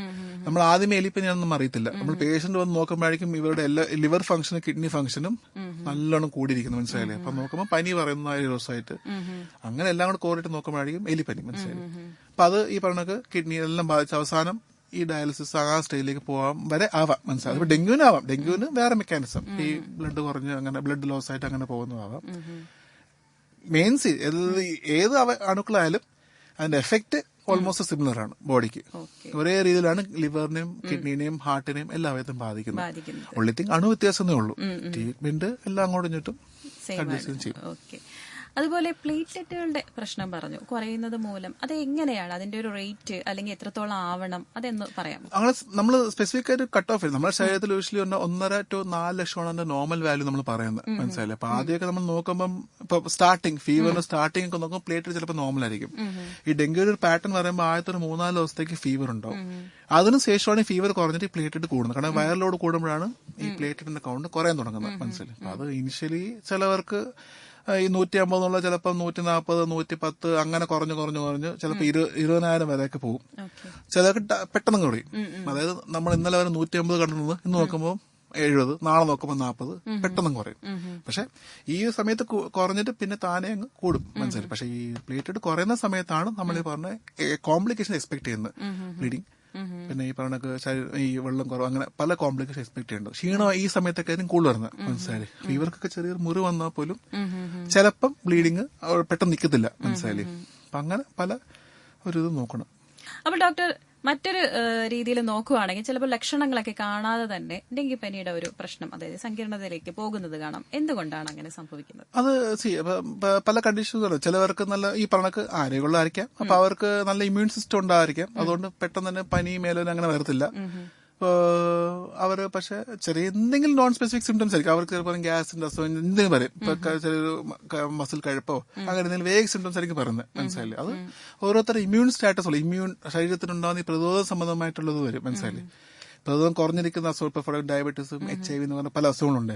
അവർക്കൊക്കെ ചെറുത് ഒരു സിംറ്റം വലുതായിട്ട് ഇങ്ങനെ പറയും. ഇപ്പൊ നമ്മൾ ചെറിയ തുമ്മലായിരിക്കും, അവർക്ക് ചിലപ്പോൾ വലിയ രീതിയിലായിട്ട് ഇൻഫെക്ഷൻ വരുന്നത്. മനസ്സിലായില്ലേ? സോ ഓരോ ശരീരത്തിന്റെ അതനുസരിച്ചാണ് ഈ സിവിയറിറ്റി നമ്മൾ പറയുന്നത്. മനസ്സിലായില്ലേ? പൊതുവെ ഒരു അലർജി എങ്ങനെ കാണാറുണ്ട്. എന്തുകൊണ്ടാണ് ഇങ്ങനെ തുമ്മൽ അല്ലെങ്കിൽ നിർത്താതെ തുമ്മുന്നത് കാണാം? അതിപ്പം അത് ഈ പറഞ്ഞ വൈറൽ ഫീവറിന്റെ ഒരു ഡെങ്കു തന്നെ ആവണമെന്നില്ല, ഒരു വൈറൽ ന്യൂമോണിയ എന്ന് പറയുന്നത് വൈറൽ ഫീവർ, ത്രോട്ട് ഇൻഫെക്ഷൻ ആയിട്ട്. ഇപ്പൊ ഒരു നമ്മൾ ഈ പറഞ്ഞ കാലാവസ്ഥയാണ് മെയിൻ കാരണം. അപ്പൊ ഈ കാലാവസ്ഥ ഇങ്ങനെ മഴയും മെയിലും ഒക്കെ ഇങ്ങനെ മാറാൻ നിൽക്കുമ്പം ഈ അലർജി ഉള്ള ആൾ, ഇപ്പൊ ആസ്മയോ അങ്ങനെ എന്നുള്ള ആൾക്കാർക്കും ഇത് പെട്ടെന്ന് കൂട്ടാം.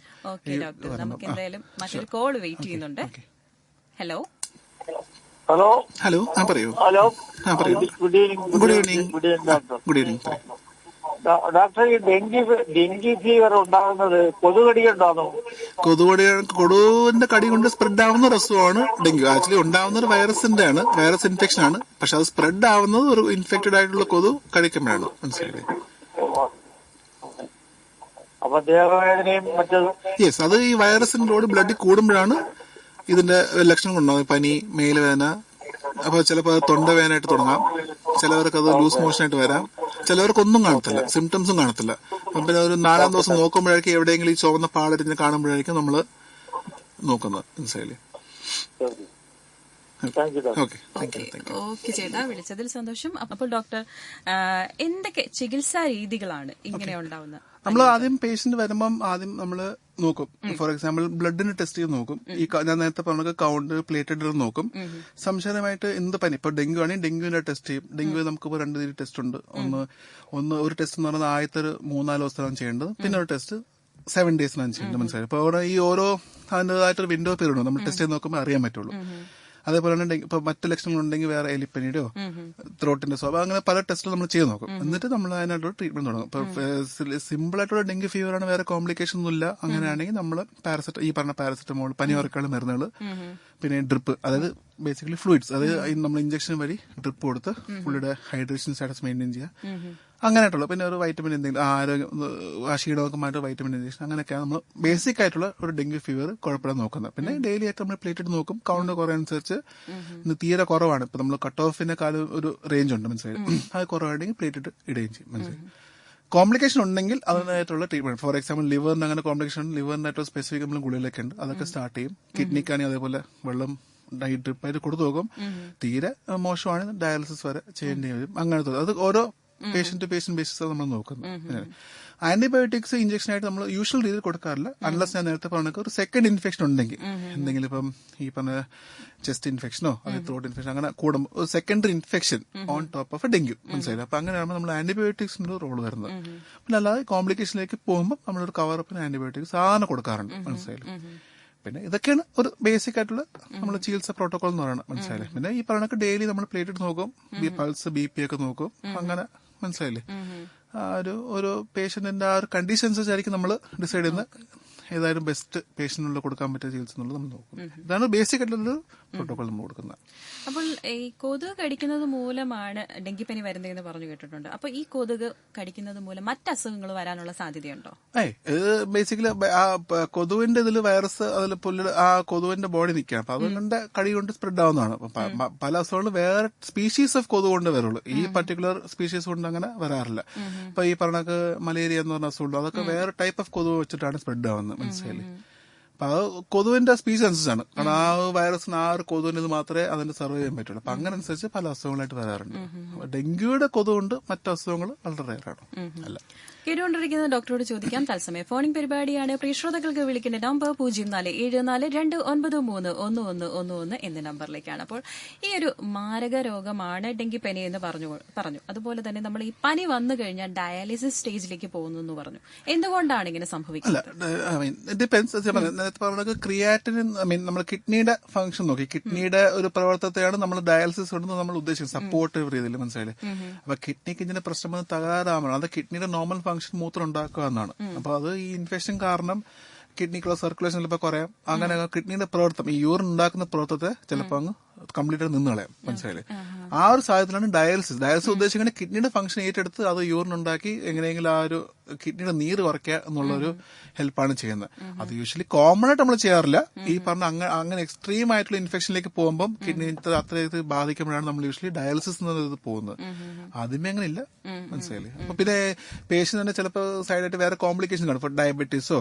അപ്പൊ അത് കാരണം ചിലപ്പോൾ നോർമലായിട്ട് പുള്ളിയുടെ കിഡ്നി ബാധിച്ചിരിക്കാം. അതിന്റെ മുകളിൽ ഇൻഫെക്ഷൻ വരുമ്പോൾ ഒബിയസ്ലി ഇപ്പൊ ഈ യൂറിൻ ഔട്ട്പുട്ട് ഒക്കെ കുറഞ്ഞിരിക്കുകയാണ്. അങ്ങനത്തെ വരുമ്പോഴാണ് നമ്മൾ ഡയാലിസിസിലേക്ക് പോകുന്നത്. ഡെങ്കിപ്പനിക്ക് പൊതുവായിട്ട് സ്റ്റേജസ്, അതായത് 1, 2, 3, 4 സ്റ്റേജ് ഉണ്ടെന്ന് പറഞ്ഞു കേട്ടിട്ടുണ്ട്. അപ്പൊ ഈ സ്റ്റേജുകളെ കുറിച്ചൊന്ന് പറയാം. ഇതെല്ലാം വ്യത്യസ്തമായിരിക്കുമോ? നമ്മൾ ക്ലിനിക്കലി പണ്ട് 3 സ്റ്റേജ് ആയിട്ടാണ് പറയുന്നത്. ഡെങ്കു ഹെമറേജിക്, ഡെങ്കു ഷോക്ക് എന്ന് പറഞ്ഞാൽ 3 ആയിട്ട് വരും. ഡെങ്കു എന്ന് പറഞ്ഞാൽ ആയത്ത് എന്ന് പറഞ്ഞാൽ സിമ്പിൾ, ഹെമറേജിക് ബ്ലീഡിംഗ് ഉണ്ട്, ഷോക്ക് എന്ന് പറഞ്ഞാൽ BP കുറവായിട്ടുള്ള സ്റ്റേജ്. പക്ഷെ ഇപ്പൊ WHO പ്രകാരം ലേറ്റസ്റ്റ് ആർട്ടിക്കിൾസ് പറയുന്നത് 2 ആയിട്ട് വരുന്നത്, അൺകോംപ്ലിക്കേറ്റഡും കോംപ്ലിക്കേറ്റഡും. അൺകോംപ്ലിക്കേറ്റഡ് എന്ന് പറയുമ്പോൾ പ്രത്യേകിച്ച് അങ്ങനെ ഒരു ഇതില്ല. ജസ്റ്റ് ഞാൻ പറഞ്ഞ ഫീവർ ചെറിയായിട്ടൊരു കാര്യം. ചിലവർക്ക് അത് വീട്ടിൽ തന്നെ മാനേജ് ചെയ്യാൻ പറ്റും, ഇല്ലെങ്കിൽ മാത്രമേ മതി. സിംറ്റംസ് അവർക്ക് താങ്ങാൻ പറ്റുന്നില്ല, ഗുളിക കൊണ്ട് താങ്ങാൻ പറ്റില്ല, മാത്രം ഹോസ്പിറ്റലിൽ അഡ്മിറ്റ് ചെയ്ത് നോക്കും. അപ്പൊ ബേസിക് ആയിട്ടുള്ളത്. കോംപ്ലിക്കേഷൻ എന്ന് പറയുമ്പോഴാണ് ഞാൻ നേരത്തെ പറഞ്ഞ ബ്ലഡ് ബ്ലീഡിംഗ് ആയിട്ടോ, ഈ ലിവറിന്റെ ബാധിച്ചിട്ടോ, കിഡ്നി ബാധിച്ചോ, അങ്ങനെ ഹാർട്ടിനെ ബാധിച്ചോ, അവർ പല അവയവങ്ങൾ എന്തെങ്കിലും അവയവ ബാധിച്ചിട്ട് അതിന്റെ കോംപ്ലിക്കേഷൻ വരുമ്പോൾ നമ്മൾ ഈ കോംപ്ലിക്കേറ്റഡ് എന്ന് പറയുന്നത് മനസ്സിലായി, അല്ലെങ്കിൽ ബ്ലീഡിംഗ് ആയിട്ട് വരുമ്പോൾ. അപ്പൊ യൂഷ്വലി 2 ആയിട്ടാണ് തിരിക്കുന്ന WHO പ്രകാരം. അല്ലാതെ നമ്മൾ പണ്ടത്തെ ടീച്ചിങ് അനുസരിച്ച് 3 ആയിട്ടാണ് തിരിക്കുന്നത്. ഈ 3 ആയിട്ട് ഇത് പേഷ്യന്റ് ഏതിൽ ഫിറ്റ്. ചിലപ്പം ആദ്യം വരുമ്പോൾ തന്നെ പേഷ്യന്റ് സെക്കൻഡ് സ്റ്റേജിലായിരിക്കും വരുന്നത്. മനസ്സിലായി? ഇപ്പൊ BP കുറഞ്ഞുള്ള സ്റ്റേജിലൊക്കെ ആയിരിക്കും വരുന്നത്. അപ്പൊ നമ്മൾ ട്രീറ്റ് ചെയ്ത് ഫസ്റ്റ് സ്റ്റേജിലേക്ക് കൊണ്ടുവന്ന് ഡിസ്ചാർജ് നോക്കുക. അതാണ് നമ്മൾ നോക്കുന്നത്. ഓരോ സ്റ്റേജിലും ഓരോ ട്രീറ്റ്മെന്റ് പ്രോട്ടോകോൾ. ബേസിക്കലി ഇഞ്ചക്ഷൻ, ഈ ഫ്ലൂയിഡ് കൊടുക്കുക, ഈ ഡ്രിപ്പ് ആയിട്ട് കൊടുക്കുക, പിന്നെ ഈ പറഞ്ഞ പാരസെറ്റമോൾ പനിക്ക്, അങ്ങനെ ഒരുതാണ് കൊടുക്കുന്നത്. സ്റ്റേജസ് ജസ്റ്റ് എന്താണ് ക്ലിനിക്കൽ അവസ്ഥ എന്ന് മാത്രമേ ഉള്ളൂ പറയുന്നുള്ളൂ. ട്രീറ്റ്മെന്റ് ഓൾമോസ്റ്റ് എല്ലാത്തിനും സെയിം തന്നെയാണ്, പറഞ്ഞ കാര്യങ്ങൾ. പിന്നെ ഓരോത്തിനും ആ ഒരു ഇപ്പൊ നമ്മൾ കൊടുക്കുന്ന ഇഞ്ചക്ഷന്റെ ഒരു അളവിന് മാത്രമേ ചിലർ വ്യത്യാസം വരത്തുള്ളൂ. ട്രീറ്റ്മെന്റ് ഓൾമോസ്റ്റ് എല്ലാത്തിനും സെയിം. നമ്മൾ ഈ ക്ലിനിക്കൽ ഫീച്ചേഴ്സിന് മാത്രമേ 3 ആയിട്ട് തരംതിരിക്കുള്ളൂ. അത് നമ്മള് ഈ മെഡിക്കൽ പെർസ്പെക്റ്റീവ് നോക്കുമ്പോൾ. ഇൻഫെക്ഷൻ ആയിട്ട് നോക്കുമ്പോൾ ഓൾമോസ്റ്റ് എന്താ പറഞ്ഞില്ലേ, ട്രീറ്റ്മെന്റ് ഓൾമോസ്റ്റ് സെയിം ആയിട്ടാണ് കൊടുക്കുന്നത്. ഈ വീര്യം കൂടുന്തോറും നമ്മൾ ICU വേണ്ടി, ചിലപ്പോൾ ICU വേണ്ടി വരും. മോണിറ്റർ, ഈ മറ്റേ BP പൾസ് ഒക്കെ നോക്കുന്ന മോണിറ്റർ, അങ്ങനെയൊക്കെ കണ്ടിന്യൂസ് ആയിട്ട് മോണിറ്റർ ചെയ്യേണ്ടി വരും. ആ ഒരു ഇതേ ഉള്ളൂ. പിന്നെ ഞാൻ പറഞ്ഞത് പ്ലേറ്റ് നല്ലോണം കുറയുമ്പോൾ പ്ലേറ്റഡ് ഇഞ്ചക്ഷൻ ഇടുക, ഈ പ്ലേറ്റ് ബ്ലഡ് പോലെ കിട്ടുന്ന പ്ലേറ്റഡ് ഇടുക, അങ്ങനെ ഉള്ളൊരു മാത്രമേ വരുന്നുള്ളൂ. ഏറ്റവും പ്രധാനപ്പെട്ട ഒരു പ്രശ്നം എന്ന് പറയുന്നത് നമ്മളിപ്പോൾ കണ്ടുവരുന്ന ഒരു മാരകമായ ഒരു ഡിസീസ് അല്ലെങ്കിൽ ക്രോണിക് ആയിട്ടുള്ള ഒരു ഡിസീസ് ഉള്ള ഒരു വ്യക്തിക്ക് തന്നെ ഈ ഒരു പകർച്ചവ്യാധി വന്നു കഴിഞ്ഞാൽ എന്ത് ചെയ്യുമെന്നൊരു അവസ്ഥയുണ്ട്. അതിൽ എന്തെങ്കിലുമൊക്കെ നമുക്ക് പ്രിക്കോഷൻസോ അല്ലെങ്കിൽ അതിനെ എങ്ങനെ നമുക്ക് നിയന്ത്രിക്കാൻ അല്ലെങ്കിൽ പ്രതിരോധിച്ചു കൊണ്ടുപോകാൻ പറ്റും? ബേസിക്കലി ഞാൻ നേരത്തെ പറഞ്ഞ ഫുഡ് തന്നെയാണ്. ഇപ്പൊ നമ്മള് പ്രതിരോധം കുറഞ്ഞിരിക്കുന്ന ആൾക്ക് ഈ പറഞ്ഞ ഇതിന് പ്രിവെന്റീവ് ആയിട്ട് പ്രത്യേകിച്ച് ഈ പറഞ്ഞ നല്ല food basically food and personal hygiene നല്ലോണം മെയിൻറ്റെയിൻ ചെയ്യുക, ഹൈഡ്രേറ്റഡ് വെള്ളം കുടിക്കുക, അതൊക്കെ തന്നെ മെയിൻ ആയിട്ടുള്ളത്. പ്രിവെൻഷനായിട്ട് പിന്നെ ഈ പറഞ്ഞ നൈറ്റ് കൊതുകുള്ള പ്രദേശമൊക്കെ ആണെങ്കിൽ കോയിൽ ഉപയോഗിക്കുക, അങ്ങനത്തെ എന്തെങ്കിലും ഒരു കൊതു പ്രിവെൻഷൻ സ്ട്രാറ്റജി പോലെ അങ്ങനെ ഉപയോഗിക്കുക. പേഴ്സണൽ ഹൈജീൻ മെയിൻറ്റെയിൻ ചെയ്യുക, അങ്ങനെയൊക്കെ ഒരു അഡ്വൈസ് നമ്മൾ പറയാറുള്ളൂ. മനസ്സിലായില്ല? അല്ലാതെ പ്രത്യേകിച്ചൊരു ഇതിന്റെ എടുത്ത് പറയത്തക്ക അങ്ങനെ. പിന്നെ ഈ അപ്പർ റെസ്പിറേറ്ററി ഈ പറഞ്ഞ തൊണ്ടയുടെ ഇൻഫെക്ഷനൊക്കെ ആണെങ്കിൽ വെളിയിൽ പോകുമ്പോൾ മാസ്ക് ഒക്കെ ഉപയോഗിക്കണം. മനസ്സിലായില്ലേ? കാരണം ഇതിപ്പോ നമ്മളിപ്പം പല രീതിയിൽ വരും. കാലാവസ്ഥ ചേഞ്ച് ആണ്, തണുപ്പടിക്കുമ്പോൾ വരും, അലർജി എന്തെങ്കിലും ഉണ്ടെങ്കിൽ അവർക്ക് ഇതെല്ലാം കൂട്ടാം. മനസ്സിലായില്ല? അപ്പൊ പുറത്തൊക്കെ പോകുമ്പോൾ മാസ്ക് ഉപയോഗിച്ച് പോവുക. നമ്മുടെ സിമ്പിൾ മാസ്ക് ഉണ്ടല്ലോ, അത് ധരിച്ചുകൊണ്ട് വേണം പുറത്തോട്ട് പോകാം. വീട്ടിലധികം അങ്ങനെ സംശയം തോന്നുന്നവർക്ക് ഈ വീട്ടിലെ സമ്പർക്കം കുറച്ച് കുറയ്ക്കുക. അങ്ങനെയൊക്കെയാണ് ബേസിക് ആയിട്ടുള്ള മെത്തേഡ്സ് നമ്മൾ പറയുന്നത്. Okay doctor. അപ്പോൾ കേട്ടുകൊണ്ടിരിക്കുന്ന ഡോക്ടറോട് ചോദിക്കാം തത്സമയം ഫോണിംഗ് പരിപാടിയാണ്. അപ്പോൾ ശ്രോതാക്കൾക്ക് വിളിക്കേണ്ട നമ്പർ 0474293111 എന്ന നമ്പറിലേക്കാണ്. നമ്മളുടെ വിഷയം എന്ന് പറയുന്നത് വൈറൽ ഫീവറും ഡെങ്കിപ്പനിയുമാണ്.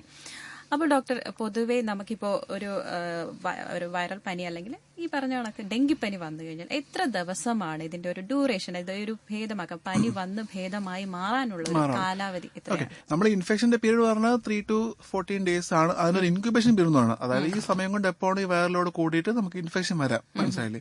ഓരോ ശരീരത്തിനും ഓരോ രീതിയിലാണ്. മനസ്സിലായി? ചിലപ്പോ എനിക്ക് ചിലപ്പം ഒരു 3 ദിവസം പനി വന്നിട്ട് 5 ദിവസം ചിലപ്പോൾ പോവാം. എന്നെക്കാളും പ്രായം കുറഞ്ഞവർ ചിലപ്പോൾ 1 ദിവസം വന്ന് 2 ദിവസം കൊണ്ട് പോവാം. എന്നെക്കാളും പ്രായമുള്ളവർക്ക് ചിലപ്പം 5 നിന്ന് വന്നിട്ട് 10 ദിവസം കൊണ്ട് പോവാം. സോ ഓരോ ബോഡിക്ക് ഓരോ ഇതാണ്. ഇതിന്റെ ഇൻക്യുബേഷൻ പീരീഡ് എന്ന് പറഞ്ഞാൽ ഈ വൈറസ് ശരീരത്തിൽ എൻ്റർ ചെയ്ത് ഇൻഫെക്ഷൻ ഉണ്ടാക്കുന്ന ടൈം എന്ന് പറഞ്ഞാൽ 3 to 14 days നമ്മൾ പറയുന്നത്. അതൊരു റേഞ്ച് ആയിട്ട് നമ്മൾ പറയുന്നത്. പക്ഷെ ഓരോ ബോഡിക്ക് ഓരോന്നാണ്, മനസ്സിലായില്ലേ? So depends. ഇപ്പൊ ചിലവർക്ക് ആദ്യം നമ്മൾ നേരത്തെ പറഞ്ഞ സിംറ്റംസ് ഒന്നും കാണാതെ അങ്ങനെ പോകും. അവർക്ക് നമുക്ക് അറിയത്തില്ല, കാരണം അവർക്കൊന്നും ഇല്ല, ടെസ്റ്റ് ചെയ്യുന്നില്ല, അങ്ങനെ പോകുന്നു. ചിലവർക്ക് ഫസ്റ്റ് ഡേ തന്നെ നല്ല പനി, മേലുവേദനയും ക്ഷീണം ഒന്നും നടക്കാൻ വയ്യാത്ത, അത് ചിലപ്പോൾ പ്രായം കുറഞ്ഞതായിരിക്കാം. ഇപ്പം ഞാൻ പറഞ്ഞു നേരത്തെ പറഞ്ഞ എന്റെ ഒരു പേഷ്യന്റ് പ്രായം കുറഞ്ഞവർക്ക് തീരെ വയ്യ, ശ്രദ്ധിക്കാൻ തോന്നുന്നു, അങ്ങനെയൊക്കെ വരുന്നു വരും. ചിലവർക്ക് 3-4 ദിവസം കഴിഞ്ഞിട്ടായിരിക്കും ഈ സിംറ്റംസ്. കാരണം അത് ഈ വൈറലിന്റെ ലോഡ് ബോഡിയിൽ ഇങ്ങനെ മൾട്ടിപ്ലൈ ചെയ്ത് വരുമ്പോഴാണ് ഈ സിംറ്റംസിന്റെ വീര്യം കൂടുന്നത്, മനസ്സിലായില്ലേ? സോ ഓരോ ബോഡിക്കും അനുസരിച്ചാണ് നമ്മള് ഡെഫിനറ്റീവ് ഒരു കമന്റ് പറയാൻ പറ്റില്ല എപ്പോൾ അത് ഇമ്പ്രൂവ് ആവും, എപ്പോൾ പൂർണ്ണമായിട്ട് പോകുന്നു. അഫ്കോഴ്സ് ഇത്രയും കഴിഞ്ഞിട്ട് ഡിസ്ചാർജ് ചെയ്ത് പോകുമ്പോൾ നമ്മൾ 2 weeks വരെ റെസ്റ്റ് എടുക്കണമെന്നാണ് പറയുന്നത്. അറ്റ്ലീസ്റ്റ് ഒരു 1 week നമ്മൾ ജോലിക്ക് പോകാതെ വീട്ടിൽ തന്നെ 1 week 5 to 7 days പറയുന്നത്. ബട്ട് നമ്മളല്ലേ ഓരോ ഇപ്പൊ നല്ല കോംപ്ലിക്കേഷൻ, നല്ല ബ്ലീഡിംഗ് ഒക്കെ ആണെങ്കിൽ നമ്മൾ കുറച്ചത് നീട്ടി പറയുന്നുണ്ട് ഇപ്പം റെസ്റ്റ് എടുക്കാനുള്ള പീരീഡ്. ഞാൻ ഡെഫിനറ്റ് ഇല്ല, ഓരോ പേഷ്യന്റിന്റെ എങ്ങനെ അത് അവരത് ആ ഒരു അസുഖം വന്നിട്ട് എങ്ങനെ അവർ റിക്കവർ ചെയ്ത് വന്നു അനുസരിച്ചാണ് നമ്മൾ ഇതിന്റെ ഒരു പറയുന്ന കമന്റ്. അതുപോലെ നമുക്കിപ്പോൾ ഡെങ്കിപ്പനി വന്നു കഴിഞ്ഞാൽ പ്രാഥമികമായിട്ട് എന്തൊക്കെ ചികിത്സയാണ് കൊടുക്കുന്നത്, അല്ലെങ്കിൽ നമ്മൾ എന്താണ് എടുക്കേണ്ടത്? ആ ഒരു മുൻകരുതൽ പ്രധാനമായിട്ട് ഡെങ്കു വന്നാൽ ഹോസ്പിറ്റലിൽ ചെല്ലുമ്പോൾ മനസ്സിലായി, അത് അഡ്മിറ്റ് ചെയ്യുന്ന മുമ്പേ ഒ പിയിൽ നമ്മൾ യൂഷ്വലി ഞാൻ കൊടുക്കുന്നത് ഇപ്പം പേഷ്യന്റ് വലിയ കുഴപ്പമില്ല, പുള്ളിയുടെ BP പൾസ് ഒക്കെ ഞാൻ നോക്കും, ബേസിക് ആയിട്ട് ക്ലിനിക്കൽ എക്സാം ചെയ്യും. ആൾക്ക് വലിയ കുഴപ്പമില്ല, വീട്ടിൽ മാനേജ് ചെയ്യാൻ പറ്റുന്ന ഒരു അവസ്ഥയാണെങ്കിൽ നമ്മൾ ഈ പറഞ്ഞ പാരസെറ്റമോൾ, ഈ പറഞ്ഞ പനി കുറയ്ക്കാനുള്ള മരുന്നുണ്ട് പാരസെറ്റമോളിന്, ആ മരുന്നുകൾ കൊടുക്കും. അത്യാവശ്യം വെള്ളം കുടിക്കാൻ പറയും. പിന്നെ തീരെ ക്ഷീണം, ഇപ്പൊ ആഹാരം കഴിക്കും ഒട്ടും വയ്യ, അങ്ങനെ ആണെങ്കിൽ നമ്മൾ ചെറിയൊരു വൈറ്റമിൻ ഇത് കൊടുക്കും, നോക്കും. എന്നിട്ട് നമ്മൾ പേഷ്യന്റ് തന്നെ 1-2 ദിവസം കഴിഞ്ഞിട്ട് വരാൻ പറയും. കാരണം ഈ പ്ലേറ്റഡ് കൗണ്ട് ഒക്കെ നമ്മൾ 3 ദിവസം കുറയത്തില്ല, പിന്നീടായിരിക്കും കുറയുന്നത്, മനസ്സിലായി? പിന്നെ ഈ പറഞ്ഞ ഒട്ടും വയ്യ അങ്ങനെയൊക്കെ ആണെങ്കിൽ ഈ പറഞ്ഞ അഡ്മിറ്റ് ചെയ്ത് ഇഞ്ചക്ഷൻ ഡ്രിപ്പ് എടുക്കും, അങ്ങനെ ഒരു അവസ്ഥയിലേക്ക്, മനസ്സിലായില്ലേ, നമ്മൾ അങ്ങനെ പറയും. പക്ഷെ ഈ ഡെങ്കിപ്പനിയുടെ നമുക്ക് പറയാൻ പറ്റില്ല എങ്ങനെയായിരിക്കും, പെട്ടെന്നായിരിക്കും വഷളാവുന്നത്, മനസ്സിലായി? ചിലവർക്ക് ഒന്നുമില്ലാതെ അങ്ങനെ പോകും. ചിലവർക്ക് ഇപ്പൊ എന്റെ പേഴ്സണലി പറയുകയാണെങ്കിൽ ഞാൻ പറഞ്ഞില്ല 2-3 പേഷ്യന്റ് ഇങ്ങനെ വന്നു, അവർക്ക് വീട്ടിൽ സാഹചര്യം എങ്ങനെയാണ്, വീട്ടിൽ നോക്കാന്ന് പറഞ്ഞ അങ്ങനെ പോയി 3 തിരിച്ച് അവർക്ക് ഇൻഫെക്ഷൻ കൂടിയിട്ട് പനി സഹിക്കാൻ പറ്റാതെ ഡോളോ കഴിച്ചിട്ടും പനി മാറുന്നില്ല, അങ്ങനെ അഡ്മിറ്റ് ചെയ്തവരുണ്ട്, മനസ്സിലായില്ലേ? സോ ഓരോ ആ ഒരു ബോഡി അനുസരിച്ച് നമുക്ക് പറയാൻ പറ്റും. അതെ, നമുക്ക് ഡെഫിനറ്റ് ആയിട്ട് ഇങ്ങനെ പറയാൻ പറ്റില്ല, മനസ്സിലായില്ലേ? അപ്പൊ ഡോക്ടർ, ഇപ്പോ നമുക്ക് നമ്മുടെ വാർത്തകളിലൊക്കെ കാണുന്ന ഒരു പ്രധാന പ്രശ്നം എന്ന് പറഞ്ഞാൽ മരണം വരെ സംഭവിക്കാം എന്ന് പറഞ്ഞു. തീർച്ചയായിട്ടും അത് ശരിയാണോ? പണ്ടത്തെ നിന്നും കൂടുതലാണോ, വർദ്ധിച്ചു വരുന്നുണ്ടോ അതിന്റെ ഒരു റേറ്റ് എന്ന് പറയുന്നത്? അങ്ങനെ മരണം കോംപ്ലിക്കേഷൻസ് ആണ്, മനസ്സിലായി? ഈ കോംപ്ലിക്കേഷൻ കൊണ്ട് മരണപ്പെടുന്നവരാണ് കൂടുതലും. അത് കൂടി വരണമെന്ന് നമുക്കത് കമന്റ് പറയാൻ പറ്റില്ല, കാരണം അത് ഓരോ ഇതാണല്ലോ. പക്ഷെ എന്നാലും മരണങ്ങൾ കൂടുതലുണ്ടാവുന്നത് ഈ കോംപ്ലിക്കേഷൻ കൊണ്ടാണ്. ഇപ്പൊ ബ്ലീഡിംഗ് ആണ് ഏറ്റവും കൂടുതൽ. മറ്റു കോംപ്ലിക്കേഷൻ വന്ന് ലിവറിനെയും കിഡ്നിനെയും ബാധിച്ചിട്ട് അങ്ങനെ ആണ്. പിന്നെ ഹാർട്ടിന്റെ, ഞാൻ നേരത്തെ ഹാർട്ടിനെയും ഈ വൈറസ് പോയി ബാധിച്ചിട്ട് ഹാർട്ടിന്റെ പമ്പിംഗ് ഒക്കെ കുറച്ച് പെട്ടെന്ന് ഹൃദയാഘാതം മൂലം മരിക്കുന്നത്, അങ്ങനെയൊക്കെയാണ് കൂടുതൽ കാരണങ്ങൾ, മനസ്സിലായി? അത് കൂടുന്നുണ്ടോ ഇല്ലെന്ന് നമുക്കത് പറയാൻ പറ്റില്ല, മനസ്സിലായില്ല? അതിപ്പോ ഒരു ഡാറ്റയുടെ അനുസരിച്ച് നമ്മൾ നോക്കിയാലേ നമുക്ക് അറിയാൻ പറ്റും. ഓക്കെ ഡോക്ടർ, നമുക്ക് എന്തെങ്കിലും കോള് വെയിറ്റ് ചെയ്യുന്നുണ്ട്. ഹലോ ഹലോ പറയൂ, ഞാൻ ഡോക്ടറാണ്. ഇപ്പം ഞാനൊരു മേശിരിയാണ്. അപ്പം എനിക്ക് പലത്തേക്ക് ഇതുകൊണ്ടൊക്കെ തന്നെ നമ്മള് ഈ പാറ പിടിക്കുന്ന സമയത്ത് ഇതുകൊണ്ടൊക്കെ ദേഹം കൊഞ്ഞ് വീഴുന്നുണ്ട്. അപ്പം ബ്ലഡിന്റെ കുറവാന്നൊക്കെ പറയുന്നു. ഓക്കെ, അല്ല അതിപ്പോ നോക്കണം. കാണിച്ചായിരുന്നോ എവിടെയെങ്കിലും? ഡോക്ടർ ആരും കാണിച്ചായിരുന്നോ? ഡോക്ടറെ കാണിച്ചായിരുന്നോ? ഇത് കൗണ്ട് കുറഞ്ഞെന്ന് പറയുമ്പം, HB കുറഞ്ഞെന്ന് പറയുമ്പോ നോക്കണ്ടേ? ബ്ലഡിന്റെ കുറവാണ് പറയുന്നത്. എന്നിട്ട് എന്തെങ്കിലും പറഞ്ഞോ ഈ പറഞ്ഞ ഡോക്ടർ എന്തെങ്കിലും? കാരണം അത് ബ്ലഡ് കൗണ്ട് കുറവാണെങ്കിൽ ഇതിന്റെയൊക്കെ പ്രശ്നങ്ങൾ വരും. നമ്മൾ പല ടെസ്റ്റ് നോക്കണം എന്തുകൊണ്ട് കുറയുന്നുള്ളത്. കാരണം ബ്ലഡ് കുറയെന്ന് പറഞ്ഞാൽ അതൊരു ഇതല്ല, കാരണം പല കാരണങ്ങളും കൊണ്ട് ബ്ലഡ് കുറയും, മനസ്സിലായില്ലേ? അപ്പൊ അത് എന്താണ് കറക്റ്റ് ആയിട്ടുള്ള നമ്മൾ നോക്കണം. ചിലപ്പോ അത് എന്തെങ്കിലും വയറിന്റെ അസ്വസ്ഥത എന്തെങ്കിലും കൊണ്ട് കുറയാം, അല്ലെങ്കിൽ ഡോക്ടർ അതല്ല, ഞാൻ ഡിസ്ട്രിക്റ്റിലാണ് കാണിച്ചത്. ഡിസ്ട്രിക്ട് കാണിച്ചപ്പോ നിങ്ങള് പണിക്ക് നിൽക്കുന്ന സമയത്താണോ ഇങ്ങനെ ദേഹം കൊഞ്ഞ് വരുന്നതെന്ന് ചോദിക്കുന്നത്. അപ്പൊ ഈ വെയിലത്തെ സമയത്ത് ഈ പാറയുടെ പണിയാണ് എനിക്ക്. അപ്പൊ ആ സമയത്താണ് ഇതൊന്നൊക്കെ ചില സമയത്ത് ഈ വിയർപ്പ് ഒരുപാടുണ്ട്. അപ്പം അല്ലാതെ കാണിക്കുമ്പോ അതൊരു ഈ പറഞ്ഞ ഡോക്ടർ ഫിസിഷ്യൻ തന്നെ കാണണം. കാരണം ഇതിന്റെ തുടർന്നായിട്ടുള്ള എന്തുകൊണ്ട് കുറയും നമ്മൾ നോക്കണം. കാരണം പല കാരണങ്ങളും ഈ പറഞ്ഞ സന്ദർഭങ്ങളിൽ കൗണ്ട് കുറയാറുണ്ട്. മനസ്സിലായില്ലേ? പിന്നെ അതുകൂടാതെ നമ്മൾ താഴെ മുന്നോട്ട് നിൽക്കുമ്പോൾ തന്നെ നമ്മൾ ഈ പാറ പിടിച്ചു നോക്കുമ്പോഴത്തെ മുകളിലോട്ട് തിരിയുമ്പോൾ തന്നെ തല ചുറ്റുന്നതിന് ഉണ്ടാവും. ഓക്കെ, അത് മിക്കവാറും കൗണ്ട് കുറഞ്ഞതിന്റെ ലക്ഷണമാണ് ഈ തലചുറ്റിലൊക്കെ വരുന്നത്. മനസ്സിലായില്ലേ? ബ്ലഡിന്റെ കൗണ്ട് കുറയുമ്പം ഈ പറഞ്ഞ അവയവങ്ങൾക്ക് ബ്ലഡ് ഓക്സിജൻ കിട്ടുന്നില്ലല്ലോ. അപ്പൊ അതുകൊണ്ടുള്ള പ്രശ്നങ്ങളായിരിക്കും വരുന്നത്. അത് ഡെഫിനറ്റ്ലി ഒരാൾ കാണിച്ച് ചെയ്യേണ്ട ഒരു സംഭവമാണ്. മനസ്സിലായില്ലേ? ഒരു സീനിയർ ആയിട്ടുള്ള ഡോക്ടറെ കണ്ട് ഈ കാരണം നോക്കിയിട്ട് ചികിത്സ എടുക്കേണ്ടതാണ്. മതി മതി, അവിടെ തന്നെ മതി. ഇത് എവിടെയും ചെയ്യുന്നതാണ്. നമ്മൾ ബേസിക് ലെവലുള്ള ടെസ്റ്റുകൾ ചെയ്തിട്ടാണ് പറയുന്നത്. അവിടെ ഡിസ്ട്രിക്ട് തന്നെ കാണിച്ചാൽ മതി, അവിടെ തന്നെ പറ്റും. എത്രയും വേഗം പോവാ. അതെ, ഓക്കെ, താങ്ക് യു.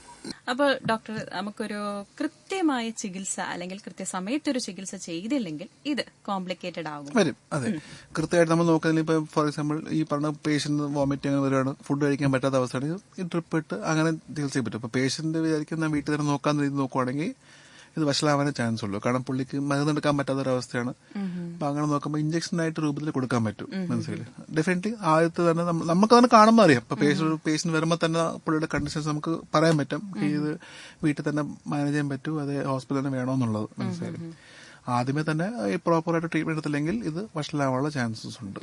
ഈ പറഞ്ഞ കൗണ്ട് കുറയോ അല്ലെങ്കിൽ ഇൻഫെക്ഷൻ വന്നോ അങ്ങനെ എന്തെങ്കിലും കൗണ്ട് അങ്ങനെ ഉണ്ട്. അപ്പൊ ആദ്യമേ തന്നെ പ്രോപ്പറായിട്ടുള്ള ട്രീറ്റ്മെന്റ് എടുത്തില്ലെങ്കിൽ ഇത് ഗുരുതരാവസ്ഥ ചാൻസ് ഉണ്ട്. അതുപോലെ തന്നെ പ്രായം കുറഞ്ഞവരില് ഇങ്ങനെ നമ്മുടെ പകർച്ചവ്യാധികൾ വന്നു കഴിഞ്ഞാൽ എന്തൊക്കെ പ്രിക്കോഷൻസ്? സെയിം പ്രിക്കോഷൻസ് തന്നെയാണ്. ഇപ്പം ഈ പറഞ്ഞ പ്രിക്കോഷൻസ് എന്ന് പറയാൻ ഈ പറഞ്ഞ ആരോഗ്യം തന്നെ നമ്മൾ നോക്കുക. ഇപ്പൊ വീട്ടിൽ ആർക്കെങ്കിലും ഈ പേഷ്യൻസ് ആർക്കും ഡെങ്കിപ്പനി വന്നിട്ടുണ്ടെങ്കിൽ അവർക്ക് ചുറ്റുമുള്ള വല കൊടുക്കുക. അപ്പൊ ഈ പറഞ്ഞ ഈ കുട്ടികളോ അങ്ങനെ അടുത്ത് പോകാതിരിക്കാനുള്ള പരമാവധി നോക്കുക. ആകുമ്പോൾ തന്നെ പിന്നെ ഈ പറഞ്ഞ ഈ പ്രിവെന്റീവായിട്ട് ഫുഡും ഹൈഡ്രേഷൻ അല്ലാണ്ട് വേറെ പ്രത്യേകിച്ച് ഒരു ഇതായിട്ടില്ല. പിന്നെ ആരോഗ്യം ശ്രദ്ധിക്കണം. മനസ്സിലായി? കാരണം ഈ പറഞ്ഞ കൊതു ചിലപ്പോൾ വേറെ ആരെങ്കിലും ഇങ്ങനെ കടിച്ചാലും ഇങ്ങനെ ലക്ഷണങ്ങൾ വരാനുള്ള ചാൻസ് ഉണ്ട്. അപ്പൊ അവരെ ഫ്രീക്വന്റ് ആയിട്ട് മോണിറ്റർ ചെയ്യുക. ഈ പറഞ്ഞ എന്തെങ്കിലും ബുദ്ധിമുട്ട് പനിയായിട്ട് വരെയോ അത് ഈ പറഞ്ഞ വയറ് അസ്വസ്ഥ എന്തെങ്കിലും ഉണ്ടെങ്കിൽ ഉടനെ ഈ പറഞ്ഞ ചികിത്സ തേടുക എന്നുള്ളത്. അല്ലാതെ പ്രത്യേകിച്ച് ഈ പ്രിവെന്റീവ് ആയിട്ട് പറയാൻ ഈ ഫുഡും ഇതല്ലാണ്ട് വേറെ പ്രത്യേകിച്ച് ഒരു ഇതില്ല. ഒരുപാട് തരങ്ങളെന്ന് പറഞ്ഞായിരുന്നു നമ്മൾ മുന്നേ. അപ്പൊ ഈ തരങ്ങളെ കുറിച്ചൊന്ന് വിശദീകരിക്കാമോ? ഈ സ്റ്റേജസ് അതുപോലെ തന്നെ പനികളിൽ. ഓക്കെ, പനികളിൽ ഇപ്പൊ ഡെങ്കു ഫീവറിനെ സംബന്ധിച്ചാണോ? അതെ, ഡെങ്കു പോലുള്ള മറ്റു പനികൾ ഇപ്പൊ പല പല പേരുകളിട്ടാണ് പനികൾ വരുന്നത്, വൈറൽ ഫീവേഴ്സ്. അങ്ങനെ സ്റ്റേജസ് എന്ന് പറയാൻ നമ്മൾ എത്ര ഇപ്പൊ എലിപ്പനി ഫോർ എക്സാമ്പിൾ ലെപ്റ്റോസ്പൈറോസിസ് എന്ന് പറയും, എലിപ്പനിയുടെ ഉണ്ട്. പിന്നെ ടൈഫോയിഡ് പനിയുണ്ട്. അങ്ങനെ പല പനിയുണ്ട്. നമ്മൾ സ്റ്റേജസ് നമ്മൾ ഏത് കടത്തിലാണ് പേഷ്യന്റ് നിൽക്കുന്നുള്ള ഒരു ഇമ്പോർട്ടൻസേ ഉള്ളൂ. മനസ്സിലായില്ലേ? ഈ ട്രീറ്റ്മെന്റ് ബേസിക്കലി ഇതെല്ലാം ഓൾമോസ്റ്റ് സെയിം ആണ്. ഇപ്പൊ ഒരു തരമായിട്ട് മറ്റു തരത്തിലേക്ക് ഇങ്ങനെ ഇൻഫെക്റ്റീവ് കൂടുമ്പോൾ നമ്മൾ ആന്റിബയോട്ടിക്കോ ഈ ട്രിപ്പിന്റെ അളവ് കൂട്ടുന്നല്ലാണ്ട് പ്രത്യേകിച്ച് ഒരു വേറെ വ്യത്യാസം. ജസ്റ്റ് ക്ലിനിക്കൽ ആളുടെ കണ്ടീഷൻ എങ്ങനെയോ അതനുസരിച്ച് നമ്മൾ തരംതിരിക്കുന്നത്. മനസ്സിലായില്ലേ? പിന്നെ പല തരത്തിലുള്ള ഡിഫറെന്റ് ഫീവേഴ്സിനും ഡിഫറെന്റ് ടൈപ്സ് ഓഫ് ക്ലാസിഫിക്കേഷൻ. എലിപ്പനിക്കൊക്കെ ആകുമ്പോൾ നമ്മൾ ചിലപ്പോൾ ഞാൻ നേരത്തെ പറഞ്ഞ ലിവർ ഫെയിലിയറോ കിഡ്നി ഫെയിലിയറിലേക്ക് പോകാൻ ചാൻസ് ഉണ്ട് കൂടുതലും. ഹാർട്ടിന്റെ വരാറുണ്ട്. ടൈഫോയിഡ് വരുമ്പോൾ കൂടുതലും വയറുള്ളിയാണ് പോകുന്നത്. കാരണം അവർക്ക് ലൂസ് മോഷൻ ഉണ്ട്. ഈ ഫുഡ് ഹാൻഡ്ലേഴ്സ് ഡിസീസ് എന്നൊക്കെ പറഞ്ഞിട്ട് അങ്ങനെ വരും. അപ്പം ആ ഇൻഫെക്റ്റഡ് ആയിട്ടുള്ള ഫുഡ് നമ്മൾ കഴിക്കുമ്പോഴാണ് ടൈഫോയിഡ് പനിയായിട്ട് കൂടുന്നത്. അത് ഇങ്ങനെ പറഞ്ഞ ഫുഡ് വഴിയാണ് സ്പ്രെഡ് ആവുന്നത്. ഇൻഫെക്റ്റഡ് ഫുഡ് പലർക്ക് കഴിക്കുമ്പോൾ. കാരണം അത് ബേസിക്കലി ഉണ്ടാക്കുന്ന ആൾ ചിലപ്പോൾ നല്ല ഹൈജീനിക് ആയിട്ട് അല്ലെങ്കിൽ ഇപ്പോൾ ഹോട്ടലിലൊക്കെ പല റെസ്റ്റോറൻറ്റിലൊക്കെ പോകുമ്പോഴേക്ക് ഹൈജീനിക് ആയിട്ട് ഉണ്ടാക്കിയില്ലെങ്കിൽ ആ പർട്ടിക്കുലർ ഫുഡ് ഒരു പർട്ടിക്കുലർ പീപ്പിൾ ഇങ്ങനെ കഴിക്കുമ്പോഴായിരിക്കും ഇൻഫെക്ഷൻ പകരുന്നത്. അവർക്ക് ഇപ്പോൾ കൂടുതൽ ലൂസ് മോഷൻസ് ഒക്കെ അങ്ങനെ ആയിരിക്കും, വയറ് വേദന ലൂസ് മോഷൻ ആയിട്ട് വരുന്നത്. അപ്പൊ അങ്ങനെ പല ഫീവേഴ്സിനും പല തരത്തിലുള്ള ഒരു ക്ലിനിക്കൽ ഫീച്ചേഴ്സും അങ്ങനെയാണ് പറയുന്നത്. മനസ്സിലായി? നമ്മൾ ടെസ്റ്റ് ചെയ്യുമ്പോഴാണ് ഇന്ന പനി എന്നുള്ളത് നമ്മൾ അറിയുന്നത്. കാരണം ഇതിലെല്ലാം ഓൾമോസ്റ്റ് സിമിലർ ആയിരിക്കും സിംറ്റംസ് ആയിട്ട് വരുന്നത്. പനി, വയറുവേദന, ഈ ലൂസ് മോഷൻ എല്ലാം ഓൾമോസ്റ്റ് എല്ലാ പനിക്കും സെയിം ലക്ഷണങ്ങളാണ്. മനസ്സിലായി? പിന്നെ ഓരോരുത്തർ നമ്മൾ ഈ പറഞ്ഞ പുറത്തുനിന്ന് ഫുഡ് കഴിക്കാൻ ചിലപ്പോൾ നമ്മൾ ടൈഫോയിഡ് ടെസ്റ്റ് നോക്കും. ഹെപ്പറ്റൈറ്റിസ് എ എന്നുണ്ട്. അതും ഇതേപോലെ ഈ ഒരു സമയത്ത് ഉണ്ടാവുന്ന ഒരു ഇൻഫെക്ഷനാണ്. അങ്ങനെ നമ്മൾ ടെസ്റ്റ് ചെയ്ത് നോക്കും. പിന്നെ ഈ പറഞ്ഞത് ഒന്നും അല്ലെങ്കിൽ ഡെങ്കു, എലിപ്പനി, അങ്ങനെ പല ഇതായിട്ട് ടെസ്റ്റ് ചെയ്ത് നോക്കുമ്പോൾ നമ്മൾ ആ യഥാർത്ഥമുള്ള എന്താന്ന് അസുഖം ആ അപ്രോപ്രിയേറ്റ് ആന്റിബയോട്ടിക്സോ അത് ഈ പറഞ്ഞ ആന്റിവൈറൽസ് കൊടുത്ത് നമ്മൾ ട്രീറ്റ്മെന്റ് എടുക്കാറുണ്ട്. മനസ്സിലായില്ലേ? അതുപോലെ തന്നെ സിക്ക വൈറസുകൾ മൂലമുണ്ടാകുന്ന പനികൾക്ക് എന്തെങ്കിലും വ്യത്യാസമുണ്ടോ? ഇല്ല, ട്രീറ്റ്മെന്റ് വൈസ് വൈറസിനെല്ലാം സെയിം ട്രീറ്റ്മെന്റ് തന്നെയാണ്. മനസ്സിലായത്? അപ്പൊ ഓൺലി തിങ് ഇന്ന വൈറസ് ആണ് ഇൻഫെക്ഷൻ നമുക്ക് പറയുന്നില്ലാണ്ട് ട്രീറ്റ്മെന്റ് വൈസ് ഒന്നിനും വ്യത്യാസം വരാൻ പോകുന്നില്ല. ബേസിക്കലി ഹൈഡ്രേഷനും ഈ പറഞ്ഞക്ക് ആ ഒരു പെയിനാണെങ്കിൽ പെയിനുള്ള ഗുളിക, ലൂസ് മോഷൻ തടയാനുള്ള ഗുളിക, അങ്ങനത്തെ ഉള്ളൂ. മനസ്സിലായില്ലേ? ഈ വൈറസിന്റെ കൊണ്ട് സെക്കൻഡറി എന്തെങ്കിലും ഇൻഫെക്ഷൻ ഉണ്ടെങ്കിൽ മാത്രം നമ്മൾ ആന്റിബയോട്ടിക്സ് കൊടുക്കാറുള്ളൂ. അത് ഈ ബാക്ടീരിയ അഗേൻസ്റ്റ് പ്രവർത്തിക്കുന്ന ഗുളികൾ. മനസ്സിലായില്ലേ? അല്ലാതെ വൈറലിന് ഈ പറഞ്ഞ വൈറസ് അങ്ങനെ പ്രത്യേകിച്ച് ഒരു സ്പെസിഫിക് മരുന്നില്ല ഈ വൈറസ് സംബന്ധിച്ചോളം. ഈ ഡെങ്കു അങ്ങനെയാണ്. ഡെങ്കുവിന് സ്പെസിഫിക് ആയിട്ടുള്ള ഒരു മരുന്ന് അങ്ങനെ ഇല്ല. ഈ പറഞ്ഞ സിംറ്റംസിനെ തടയാൻ വേണ്ടിയിട്ടുള്ള ഇഞ്ചക്ഷനും ഗുളികളല്ലാണ്ട് അങ്ങനെ മുമ്പോട്ട് ആ ഒരു ട്രീറ്റ്മെന്റ് അങ്ങനെ മുമ്പോട്ട് പോകുള്ളൂ. മനസ്സിലായില്ലേ? പിന്നെ തൊണ്ട ഇൻഫെക്ഷൻ ആണെങ്കിൽ ഈ കഫത്തിന്റെ സിറപ്പ്, ഇപ്പൊ ഈ കഫം വരാൻ വേണ്ടിയുള്ള ടോണിക്, കഫം വരാൻ വേണ്ടിയുള്ള ഗുളിക, കഫം തടയാൻ വേണ്ടിയുള്ള ആന്റിബയോട്ടിക്, അങ്ങനത്തെ ഒരു ഇത് മാത്രമേ ഉള്ളൂ. ആ ഒരു ഇൻഫെക്ഷൻ തടയാനായിട്ട് മാത്രം. മനസ്സിലായില്ലേ? പൊതുവെ ഈ പ്രായമായവരിൽ ഇങ്ങനെയുള്ള രോഗങ്ങൾ വരുന്നതിൽ പ്രശ്നം ഉണ്ടാവുന്നുണ്ട്. അതുപോലെ തന്നെ ഈ പകർച്ചവ്യാധികള് ഭയങ്കരമായിട്ട് ബാധിക്കുന്നുണ്ട്. ഇതിന് എന്തെങ്കിലും നമുക്ക് ശ്രദ്ധിക്കേണ്ട കാര്യമുണ്ട്? പ്രായമായവർക്ക് അവർക്ക് എന്തെങ്കിലും അസുഖങ്ങൾ സെക്കൻഡറി കാണും. ഫോർ എക്സാമ്പിൾ ഷുഗർ, ഡയബറ്റിക് എന്നാണ് ഏറ്റവും കൂടുതൽ വരുന്നത്. അപ്പൊ ആ ഡയബറ്റിക് എന്ന് പറഞ്ഞ ഒരു കുറഞ്ഞൊരു അവസ്ഥ നമ്മൾ പറയാറുണ്ട്. അപ്പൊ അങ്ങനെ ഡയബറ്റിക് ആയിട്ടുള്ള അസുഖങ്ങളുണ്ട്. ക്യാൻസർ വന്നവർക്ക് അസുഖമുണ്ട്. ഈ ക്യാൻസർ എന്ന് പറയുമ്പോൾ ഓൾറെഡി ഈ നല്ല പ്രതിരോധം കുറഞ്ഞിരിക്കുന്ന അവസ്ഥയാണ്. മനസ്സിലായില്ലേ? ചെറിയൊരു തുമ്മലോ പനിയോ നമുക്ക് സംബന്ധിച്ചോളം നോർമൽ ആയിരിക്കും, നമുക്കത് നോർമലായിരിക്കും. പക്ഷെ അവർക്കത് കൂടുതൽ ഇതായിട്ട് കുറച്ച് ഡേഞ്ചറസ് ആയിട്ടായിരിക്കും വരുന്നത്. മനസ്സിലായില്ലേ? അവർക്കത് ഒരു തുമ്മൽ പോലും അങ്ങ് താങ്ങാൻ പറ്റാത്ത ഒരു ഇൻഫെക്ഷൻ റീലായിരിക്കും കൂടി പോകുന്നത്. അവർക്കൊക്കെ കുറച്ചുകൂടെ നമ്മൾ ഈ പറഞ്ഞൊക്കെ അവർക്കൊക്കെ ആന്റിബയോട്ടിക് കൊടുക്കണം. കാരണം ഈ പ്രതിരോധം കുറഞ്ഞ അവസ്ഥയിൽ വേറെ പല അണുക്കളും വന്ന് ഇൻഫെക്റ്റ് ആവാൻ ചാൻസ് ഉണ്ട്. അത് ബാക്ടീരിയം, വൈറസ് എന്തുകൊണ്ടോ ആവാം. മനസ്സിലായില്ലേ? അപ്പൊ അവർ നമ്മൾ വൈറൽ ട്രീറ്റ്മെന്റ് അല്ലാണ്ട് ആന്റിബയോട്ടിക് കൊടുക്കും, കഫത്തെ സിറപ്പ്, അങ്ങനെ പല ഏത് അവയവ ബാധിക്കുന്ന അതിന്റെ ട്രീറ്റ്മെന്റ് കൊടുത്ത് അങ്ങനെ ചെയ്യണം. ഈ വയോജന പീപ്പിൾസ് ആണ് കൂടുതലും എഫക്ട് കൂടുതൽ. കാരണം അവർ ഓൾറെഡി ഏജിങ് കൂടുമ്പം പ്രതിരോധം കുറച്ച് കുറയും, അവരുടെ ഇമ്മ്യൂൺ സിസ്റ്റത്തിന്റെ പവർ കുറയും. കൂട്ടത്തിൽ വേറെ അസുഖങ്ങൾ, ഷുഗർ, പറഞ്ഞ ക്യാൻസർ, അങ്ങനെ പല അസുഖങ്ങളും കാണും. മനസ്സിലായി? അപ്പൊ അതും പിന്നെയും കുറയ്ക്കത്തേ ഉള്ളൂ അവന്റെ പ്രതിരോധം. ഇവർക്കൊക്കെ നമ്മള് ഈ പറഞ്ഞ ഈ പല ആന്റിബയോട്ടിക്സും ഓരോ അസുഖത്തനുസരിച്ച് നമ്മൾ കൊടുക്കുകയും ചെയ്യും. അതിന് മുകളിൽ ഈ പറഞ്ഞ ഫുഡ്, ഈ ഫുഡ് ഹൈഡ്രേഷൻ നമ്മൾ നോക്കി കണ്ട് നമ്മൾ കൊടുക്കും. മനസ്സിലായില്ലേ? പിന്നെ അവർ കഴിക്കുന്ന ഗുളികൾ തന്നെ ഒന്ന് മോണിറ്ററേറ്റ് ചെയ്ത് കൊടുക്കേണ്ടി വരും. മനസ്സിലായില്ലേ? സോ ആ ഒരു സ്പെഷ്യൽ കെയർ അവർക്ക് കൂടുതൽ വേണം നമ്മൾ നോർമൽ പോപ്പുലേഷനെക്കാളും. മനസ്സിലായില്ലേ? നമുക്ക് എങ്ങനെയെങ്കിലും ഒരു മാറ്റം അല്ലെങ്കിൽ ജീവിതത്തിൽ ഉണ്ടാകുന്ന റൊട്ടീനൊക്കെ ഒരു മാറ്റം വരുത്തിയാൽ ഇങ്ങനെയുള്ള പകർച്ചവ്യാധികളെ ത്വരിതപ്പെടുത്താൻ സാധിക്കും? അങ്ങനെ പ്രത്യേകം ഞാൻ നേരത്തെ പറഞ്ഞത് നമ്മൾ മാസ്ക് ഉപയോഗിക്കുക. ഇപ്പൊ അലർജി കൂടുതലായിട്ടുള്ള ആൾക്കാർക്ക്, ഇപ്പൊ ഈ ഇൻഹേലേഴ്സ്, ഈ ആസ്മ അങ്ങനത്തെ ഉള്ള ആൾക്കാർക്ക് അവർക്ക് കുറച്ച് കൂടുതലായിട്ട് ഈ തൊണ്ട ഇൻഫെക്ഷൻ വയലിൽ മണിക്ക് വരാൻ ചാൻസ് ഉണ്ട്. അപ്പൊ അവരൊക്കെ നമ്മൾ മാസ്ക് ഉപയോഗിക്കും. ജനറലായിട്ട് തന്നെ ഇപ്പൊ കോവിഡ് വന്നതിന് ശേഷം നമ്മൾ പുറത്തൊക്കെ പോകുമ്പോൾ മാസ്ക് ഉപയോഗിക്കുക തന്നെയാണ്. കാരണം ഏതൊരു വൈറസ്, ഇപ്പൊ പല വൈറസും ഉണ്ട്, നമ്മൾ എല്ലാ വൈറസും നമ്മൾ ടെസ്റ്റ് ചെയ്യുന്നില്ല. മനസ്സിലായി? ഇപ്പൊ ഏത് വൈറസാണ് നമുക്ക് അറിയത്തില്ല. അപ്പൊ എല്ലാം നമ്മൾ പൊതുവെ മാസ്ക് ഉപയോഗിക്കാം. പിന്നെ ഫുഡ് കഴിക്കുന്ന സംബന്ധിച്ചുള്ള നമ്മൾ നല്ല ഫ്രഷ് ആയിട്ടുള്ള കുക്ക് ചെയ്ത ഫുഡ് മാത്രമേ കഴിക്കാവൂ. മനസ്സിലായി? ഇപ്പൊ നേരത്തെ പറഞ്ഞ ടൈഫോയിഡ് എന്ന് പറഞ്ഞ ഇൻഫെക്ഷനും പലതും ഈ ഫുഡ് ഹാൻഡിൽ ചെയ്ത് നമ്മൾ എങ്ങനെ ഹാൻഡിൽ ചെയ്ത് കുക്ക് ചെയ്യുന്നു അതനുസരിച്ചാണ് നമ്മൾ ആ ഫുഡിന്റെ ഹെൽത്തിനെസ് കൂടുന്നത്. ഈ നമ്മൾ വൃത്തിക്കുള്ള ഫുഡ് ഉണ്ടാക്കി കഴിക്കാം. മെയിൻലി വീട്ടിൽ തന്നെ കഴിച്ചാൽ, ഇപ്പൊ പുറത്ത് പോകണം നല്ലൊരു ഹോട്ടൽ, ഇപ്പൊ നല്ല വൃത്തിയുള്ള ഒരു ഹോട്ടൽ അങ്ങനത്തെ ഇതായിരിക്കണം കഴിക്കുന്നതൊക്കെ. വെള്ളം എപ്പോഴും തിളപ്പിച്ചാറ്റിയ വെള്ളം തന്നെ കുടിക്കാവും. നമ്മൾ പച്ചവെള്ളം കുടിച്ചാൽ ചിലപ്പോൾ അതുകൊണ്ടും ഈ പറഞ്ഞ പല ഇൻഫെക്ഷൻസ് ഉണ്ടാവും. അപ്പൊ പിന്നെ ഫ്രൂട്ട്സ്, ഡെയിലി ഡയറ്റിൽ തന്നെ ഫ്രൂട്ട്സും വെജിറ്റബിൾസും നമ്മൾ അത്യാവശ്യമുണ്ട്. നോൺ വെജ് പരമാവധി കുറയ്ക്കുക, ഓയിലി ഫുഡ് കുറയ്ക്കുക. പരമാവധി നമ്മൾ ഫ്രൂട്ട്സ് ആൻഡ് വെജിറ്റബിൾസ് അധികമായിട്ടുള്ള ഒരു ഡയറ്റ് ഉണ്ടാക്കുക. ഡയബറ്റീസ് സംബന്ധിച്ചുള്ള ഫ്രൂട്ട്സ് അധികം പറ്റില്ല, പക്ഷെ എന്നാലും ഒരു മോഡറേഷനിൽ മിക്സ് ആയിക്കൊണ്ട് കൊണ്ടുപോകേണ്ടതായിരിക്കും അവരുടെ ഒരു ലൈഫ് സ്റ്റൈലിൽ ഇമ്പോർട്ടന്റ് ആയിട്ട് വരുന്നത്. മനസ്സിലായില്ലേ? ഇതൊക്കെയാണ് ഒരു പ്രതിരോധം ബേസിക് ആയിട്ടുള്ളത് നമ്മൾ തടയാൻ പറ്റുന്ന രീതിയിൽ പറയുന്നത്. അതുപോലെ എല്ലാവർക്കും ഡോക്ടറിനെ കാണാനായിട്ട് മടിയായിരിക്കും. ഈ ഒരു പനിയാണ്, സാധാരണ പനിയാണ് എന്നൊരു ചിന്താഗതിയാണ്. ഇത് കാണേണ്ട ആവശ്യമില്ല, അല്ലെങ്കിൽ മരുന്ന് കഴിക്കണ്ട എന്നൊക്കെ ഒരു രീതിയിലാണ്. അതുകൊണ്ട് തന്നെയാണ് പനി വന്നു കഴിഞ്ഞാൽ ചിലപ്പോൾ അത് നീണ്ടു നിന്ന് മാസങ്ങളോളം നിൽക്കുന്നത് കണ്ടിട്ടുണ്ട്. എന്തുകൊണ്ടാണ് ഇങ്ങനെ സംഭവിക്കുന്നത്? അത് ഡോക്ടറെ കണ്ടുകൂടാന്ന് നമ്മളതല്ല, ഡെഫിനറ്റ്ലി ഇപ്പൊ സിംറ്റംസ് കൂടാൻ ഡോക്ടറെ കണ്ടേ പറ്റൂ. അല്ല, ഒരു കൺസെപ്റ്റ് ആണ് എല്ലാവരുടെയും. പൊതുവെ അങ്ങനെയാണ്, ഡോക്ടറെ കാണേണ്ട ആവശ്യമില്ല, മാറുമായിരിക്കും എന്നുള്ളത്. അങ്ങനെയല്ല. കാരണം എന്ന് വെച്ചാലേ നമ്മൾ എക്സ്പെക്ട് ചെയ്യാൻ പറ്റില്ല കോംപ്ലിക്കേഷൻ. നാളെ നമ്മളിപ്പോ ഇങ്ങനെ പോകുമ്പോൾ നാളെ ഈ ഇന്ന് കാണുന്ന ഒരാളായിരിക്കും നാളെ ചിലപ്പോൾ അത് കോംപ്ലിക്കേഷൻ കൂടാം. ചിലപ്പം ആള് ഈ പറഞ്ഞ എന്തെങ്കിലും ഇത് വരും. ഇത് പെട്ടെന്നായിരിക്കും. ഇപ്പൊ ഡെങ്കു തന്നെ മാത്രമല്ല, ഏത് പനിയായാലും. മനസ്സിലായില്ലേ? അതിന്റെ ഒരു കോംപ്ലിക്കേഷൻ വരാൻ വലിയ സമയമില്ല. നമ്മൾ നേരത്തെ കണ്ട് നോക്കിയില്ലെങ്കിൽ, ഈ പറഞ്ഞ ബ്ലഡ് ടെസ്റ്റ് ഒന്നും ചെയ്തില്ലെങ്കിൽ, നമ്മൾ എന്താണ് അസുഖം അറിഞ്ഞാൽ നമ്മൾ ബ്ലൈൻഡ് ആയിട്ട് ഈ പറഞ്ഞ ഗുളികളൊക്കെ കഴിച്ചാൽ നമുക്കറിയത്തില്ല ഇപ്പൊ നാളെ എങ്ങനെയായിരിക്കും കോംപ്ലിക്കേഷൻ വരുന്നത്. മനസ്സിലായില്ലേ? സോ ഡെഫിനറ്റ്ലി ആദ്യമേ തന്നെ ആ ഒരു കോൺസെപ്റ്റ് മാറ്റി തീരെ ആദ്യത്തെ 1-2 ദിവസം ഓക്കെ, പക്ഷെ തീരെ വയ്യാവുന്ന ഒരു അവസ്ഥ വരുവാണ്, നമ്മളെ കൊണ്ട് മാനേജ് ചെയ്യില്ല, നമുക്ക് തന്നെ തോന്നും. അപ്പൊ നമ്മളെ ബോഡി നമ്മളെ പറഞ്ഞ ആ ഒരു റെസ്പോൺസ് കിട്ടുന്നില്ല നമുക്ക് തന്നെ തോന്നുമ്പോൾ അപ്പൊ തന്നെ ഒരു ഡോക്ടറിനെ നോക്കണം. മനസ്സിലായി? അതിപ്പോ പകല രാത്രി നോക്കണം. ചിലപ്പോൾ രാത്രിക്ക് ഇത് കൂടുന്നു. രാത്രി ആയാലും അടുത്തുള്ള ഹോസ്പിറ്റലിൽ പോയി ആ ചികിത്സ ഇടുക. മനസ്സിലായി? ഫസ്റ്റ് എയ്ഡ് കിട്ടുക, പിന്നെ നമുക്ക് ഇത് ചെയ്യണം. മനസ്സിലായി? കാരണം രാത്രി 10 മണിക്കൊക്കെ ആയിരിക്കും ചിലപ്പോൾ സിംറ്റംസ്. എനിക്ക് അങ്ങനെ ഉണ്ടായിട്ടുണ്ട്. പിന്നെ 10 മണിക്ക് തുടങ്ങിയതാ, പിന്നെ അവർ വിചാരിച്ചത് രാത്രി ആരും കാണത്തില്ല, പാലുണ്ടെന്ന് വെച്ചിട്ട് അവർ പാൽ വന്നപ്പോൾ വഷളായി വന്നു. സോ ആ ഒരു കോൺസെപ്റ്റ് വിടുക. എപ്പോ നിങ്ങൾക്ക് ക്ഷീണമായിട്ട് തോന്നും, ഇപ്പൊ നമുക്ക് എപ്പോ വയ്യായിക തോന്നും, ഉടനെ തന്നെ അടുത്തുള്ള ആശുപത്രി പോയി നൈറ്റ് ആയാലും, ഇപ്പൊ നൈറ്റ് എവിടെയും ഡോക്ടേഴ്സ് ഉണ്ടല്ലോ, അവർ നോക്കിയിട്ട് ബേസിക് ആയിട്ട് കെയർ കഴിഞ്ഞിട്ട് നെക്സ്റ്റ് ഡേ മുമ്പോട്ട് അതിനുള്ളത് പോകുന്നതാണ്. പൊതുവെ ഈ രാത്രി കാലങ്ങളിൽ പനി കൂടാനുള്ള സാഹചര്യം കാണുന്നുണ്ട്. അതെന്തുകൊണ്ട്? പ്രത്യേകിച്ച് അങ്ങനെ ഒരു ഇതില്ല. ഈ നമ്മൾ ഓരോ പനി ഗുളികകളും അങ്ങനെ കഴിക്കുമ്പോൾ അതിൻ്റെതായിട്ട് ടൈം പീരീഡ് ഉണ്ട്. ഇപ്പൊ ഇത്ര ടൈമിൽ ആ ഒരു ഗുളിയുടെ എഫക്ട് കാണുള്ളൂ, പിന്നെ പനി തിരിച്ചു വരും. മനസ്സിലായില്ലേ? സോ അങ്ങനെ പ്രത്യേകിച്ച് ഒരു കോൺസെപ്റ്റ് അല്ല, നൈറ്റ് മാത്രമേ ഞങ്ങൾ കൂടുന്നുള്ളൂ. നമ്മള് ഗുളിക രാത്രി പനി എന്നൊക്കെ പറഞ്ഞ് ആളുകൾ പറയും രാത്രിയാണ് പനി വരുന്നത്, അല്ലെങ്കിൽ രാത്രിയാണ് പനി ഉണ്ടാകുന്നത്. ചില അസുഖങ്ങളായിട്ടേ ഉള്ളൂ രാത്രി മാത്രമായിട്ട് പനി വരുന്നത്. മനസ്സിലായില്ലേ? ഈവനിങ് ചിലർക്ക് സന്ധ്യ നേരത്തായിരിക്കും പനി രാത്രി വരുന്നത്. മനസ്സിലായില്ലേ? പക്ഷെ അത് ഏത് പനി, അത് നമ്മൾ പറയുന്നത് മാത്രമേ ഉള്ളൂ. യഥാർത്ഥത്തില് പനി കാണും. നമ്മൾ ഈ ഗുളിക കഴിക്കുമ്പോൾ ഗുളിയുടെ ഒരു എഫക്ട് ചിലപ്പോൾ 6-8 മണിക്കൂറായിരിക്കും ഉള്ളത്. ആ ഒരു പീരീഡ് കഴിയുമ്പോൾ പിന്നെയും വരും. മനസ്സിലായില്ലേ? അപ്പൊ അത് കറക്റ്റായിട്ടുള്ള മരുന്ന് എടുത്താൽ, ഇപ്പൊ ഞാൻ പറഞ്ഞു ബാക്ടീരിയ ഒക്കെ ഇൻഫെക്ഷൻ ആണെങ്കിൽ ആന്റിബയോട്ടിക് കഴിക്കുമ്പോൾ ഒരു പക്ഷെ അത് മാറും.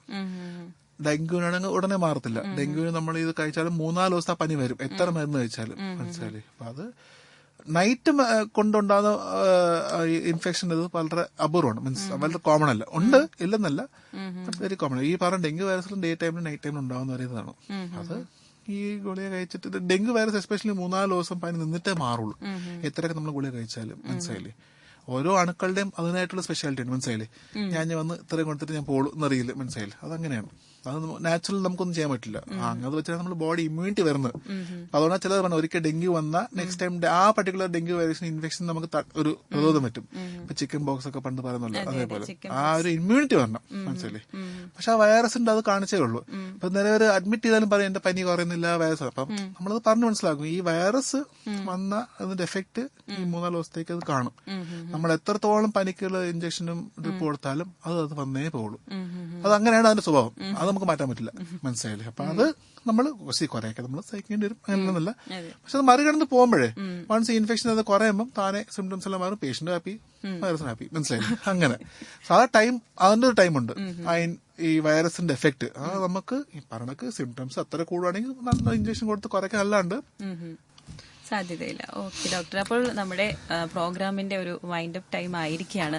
അപ്പോൾ ഈ ഒരു അവസരത്തിൽ നമ്മുടെ പ്രിയ ശ്രോതാക്കളോട് ഡോക്ടറിന് എന്താണ്, കാരണം പൊതുവേ നമ്മുടെ ഇപ്പൊ സംസ്ഥാനത്ത് ഞാൻ നേരത്തെ മുൻകൂട്ടി പറഞ്ഞത് കണക്ക് വളരെയധികം ഒരു ക്രിട്ടിക്കൽ സ്റ്റേജിലാണ് ഇപ്പൊ ഡെങ്കിപ്പനി, പകർച്ചവ്യാധി അങ്ങനെയുള്ള സ്റ്റേജിലൂടെ കടന്നു പോവുകയാണ്. അപ്പൊ ഇതിനൊക്കെ പ്രതിരോധിച്ചുകൊണ്ട് അവസാനമായിട്ട് ഡോക്ടറിന് എന്താണ് നമ്മുടെ പ്രിയ ശ്രോതാക്കൾ ശ്രദ്ധിക്കുക? സ്വന്തം ആരോഗ്യം ശ്രദ്ധിക്കുക. മനസ്സിലായില്ലേ? എപ്പൊ നിങ്ങൾക്ക് എന്ത് ബുദ്ധിമുട്ട് തോന്നുന്നു, പനി എന്നാലും സിമ്പിളായിട്ട് എടുക്കല്. മനസ്സിലായില്ലേ? ഓരോ 2 ദിവസം നോക്കാൻ ഞാൻ ഉദ്ദേശിക്കുന്ന ഓരോ പറഞ്ഞില്ലേ, അപ്പോൾ ഒരാൾക്ക് തീരെ വയ്യെന്നാണെങ്കിൽ ഉടനെ തന്നെ ഹോസ്പിറ്റലോ അടുത്തുള്ള ആരോഗ്യത്തിൽ കാണിച്ചിട്ട് അപ്രോപ്രിയേറ്റ് ട്രീറ്റ്മെന്റ് എടുക്കുക. പിന്നെ ഈ പനിയുള്ള കൂട്ടത്തിലാണ് വീട്ടിൽ പരിചയം കെയർ ടേക്കേഴ്സ് ആൾക്കാരാണെങ്കിൽ ഈ പറഞ്ഞ പ്രിവെന്റീവ് മെഷേഴ്സ്, അതിനകത്ത് പറഞ്ഞ ഫുഡിലും കൊതുവരെ അങ്ങനെ ഇട്ട് ആ ഒരു പ്രിവെന്റീവ് മെഷേഴ്സ് എടുക്കുക, മാസ്ക് ഉപയോഗിക്കുക. ഇതൊക്കെ തന്നെ മെയിനായിട്ട് നോക്കണ്ട. മനസ്സിലായില്ലേ? കൂടുതലാണെങ്കിൽ ഉടനെ തന്നെ കാണിക്കുക. കാരണം വഷളാവുന്നിട്ട് പിന്നെ കാണിച്ചിട്ട് നമ്മളല്ലേ ചിലപ്പോൾ നമ്മൾ റിക്കവറി വരണമെന്നില്ല, ചിലപ്പോൾ ചിലർക്ക് വരുന്നുണ്ട്, ഇല്ലെന്നല്ല പറഞ്ഞു. ബട്ട് സ്റ്റിൽ ഓരോ ബോഡി നമുക്ക് പറയാൻ പറ്റില്ലല്ലോ. സോ അങ്ങനെ ഒരു തോന്നുവാണെങ്കിൽ ഉടനെ തന്നെ കാണിച്ച് അതിനായിട്ടുള്ള അപ്രോപ്രിയേറ്റ് ട്രീറ്റ്മെന്റ് എടുക്കാം. ഓക്കെ ഡോക്ടർ, അപ്പോൾ ഇത്രയും നേരം നമ്മോടൊപ്പം ഉണ്ടായിരുന്നത് നമ്മുടെ കൊല്ലം മെഡിട്രീന ഹോസ്പിറ്റലിലെ consultant general medicine doctor Arun ശ്രീകുമാറാണ്. അപ്പോൾ ഡോക്ടറിന്റെ വിലയേറെ നിർദ്ദേശങ്ങൾക്കും അഭിപ്രായങ്ങൾക്കും റേഡിയോ ബെൻസിഗിന്റെ പേരിൽ നന്ദി പറയുകയാണ്. നന്ദി doctor. Thank you for taking.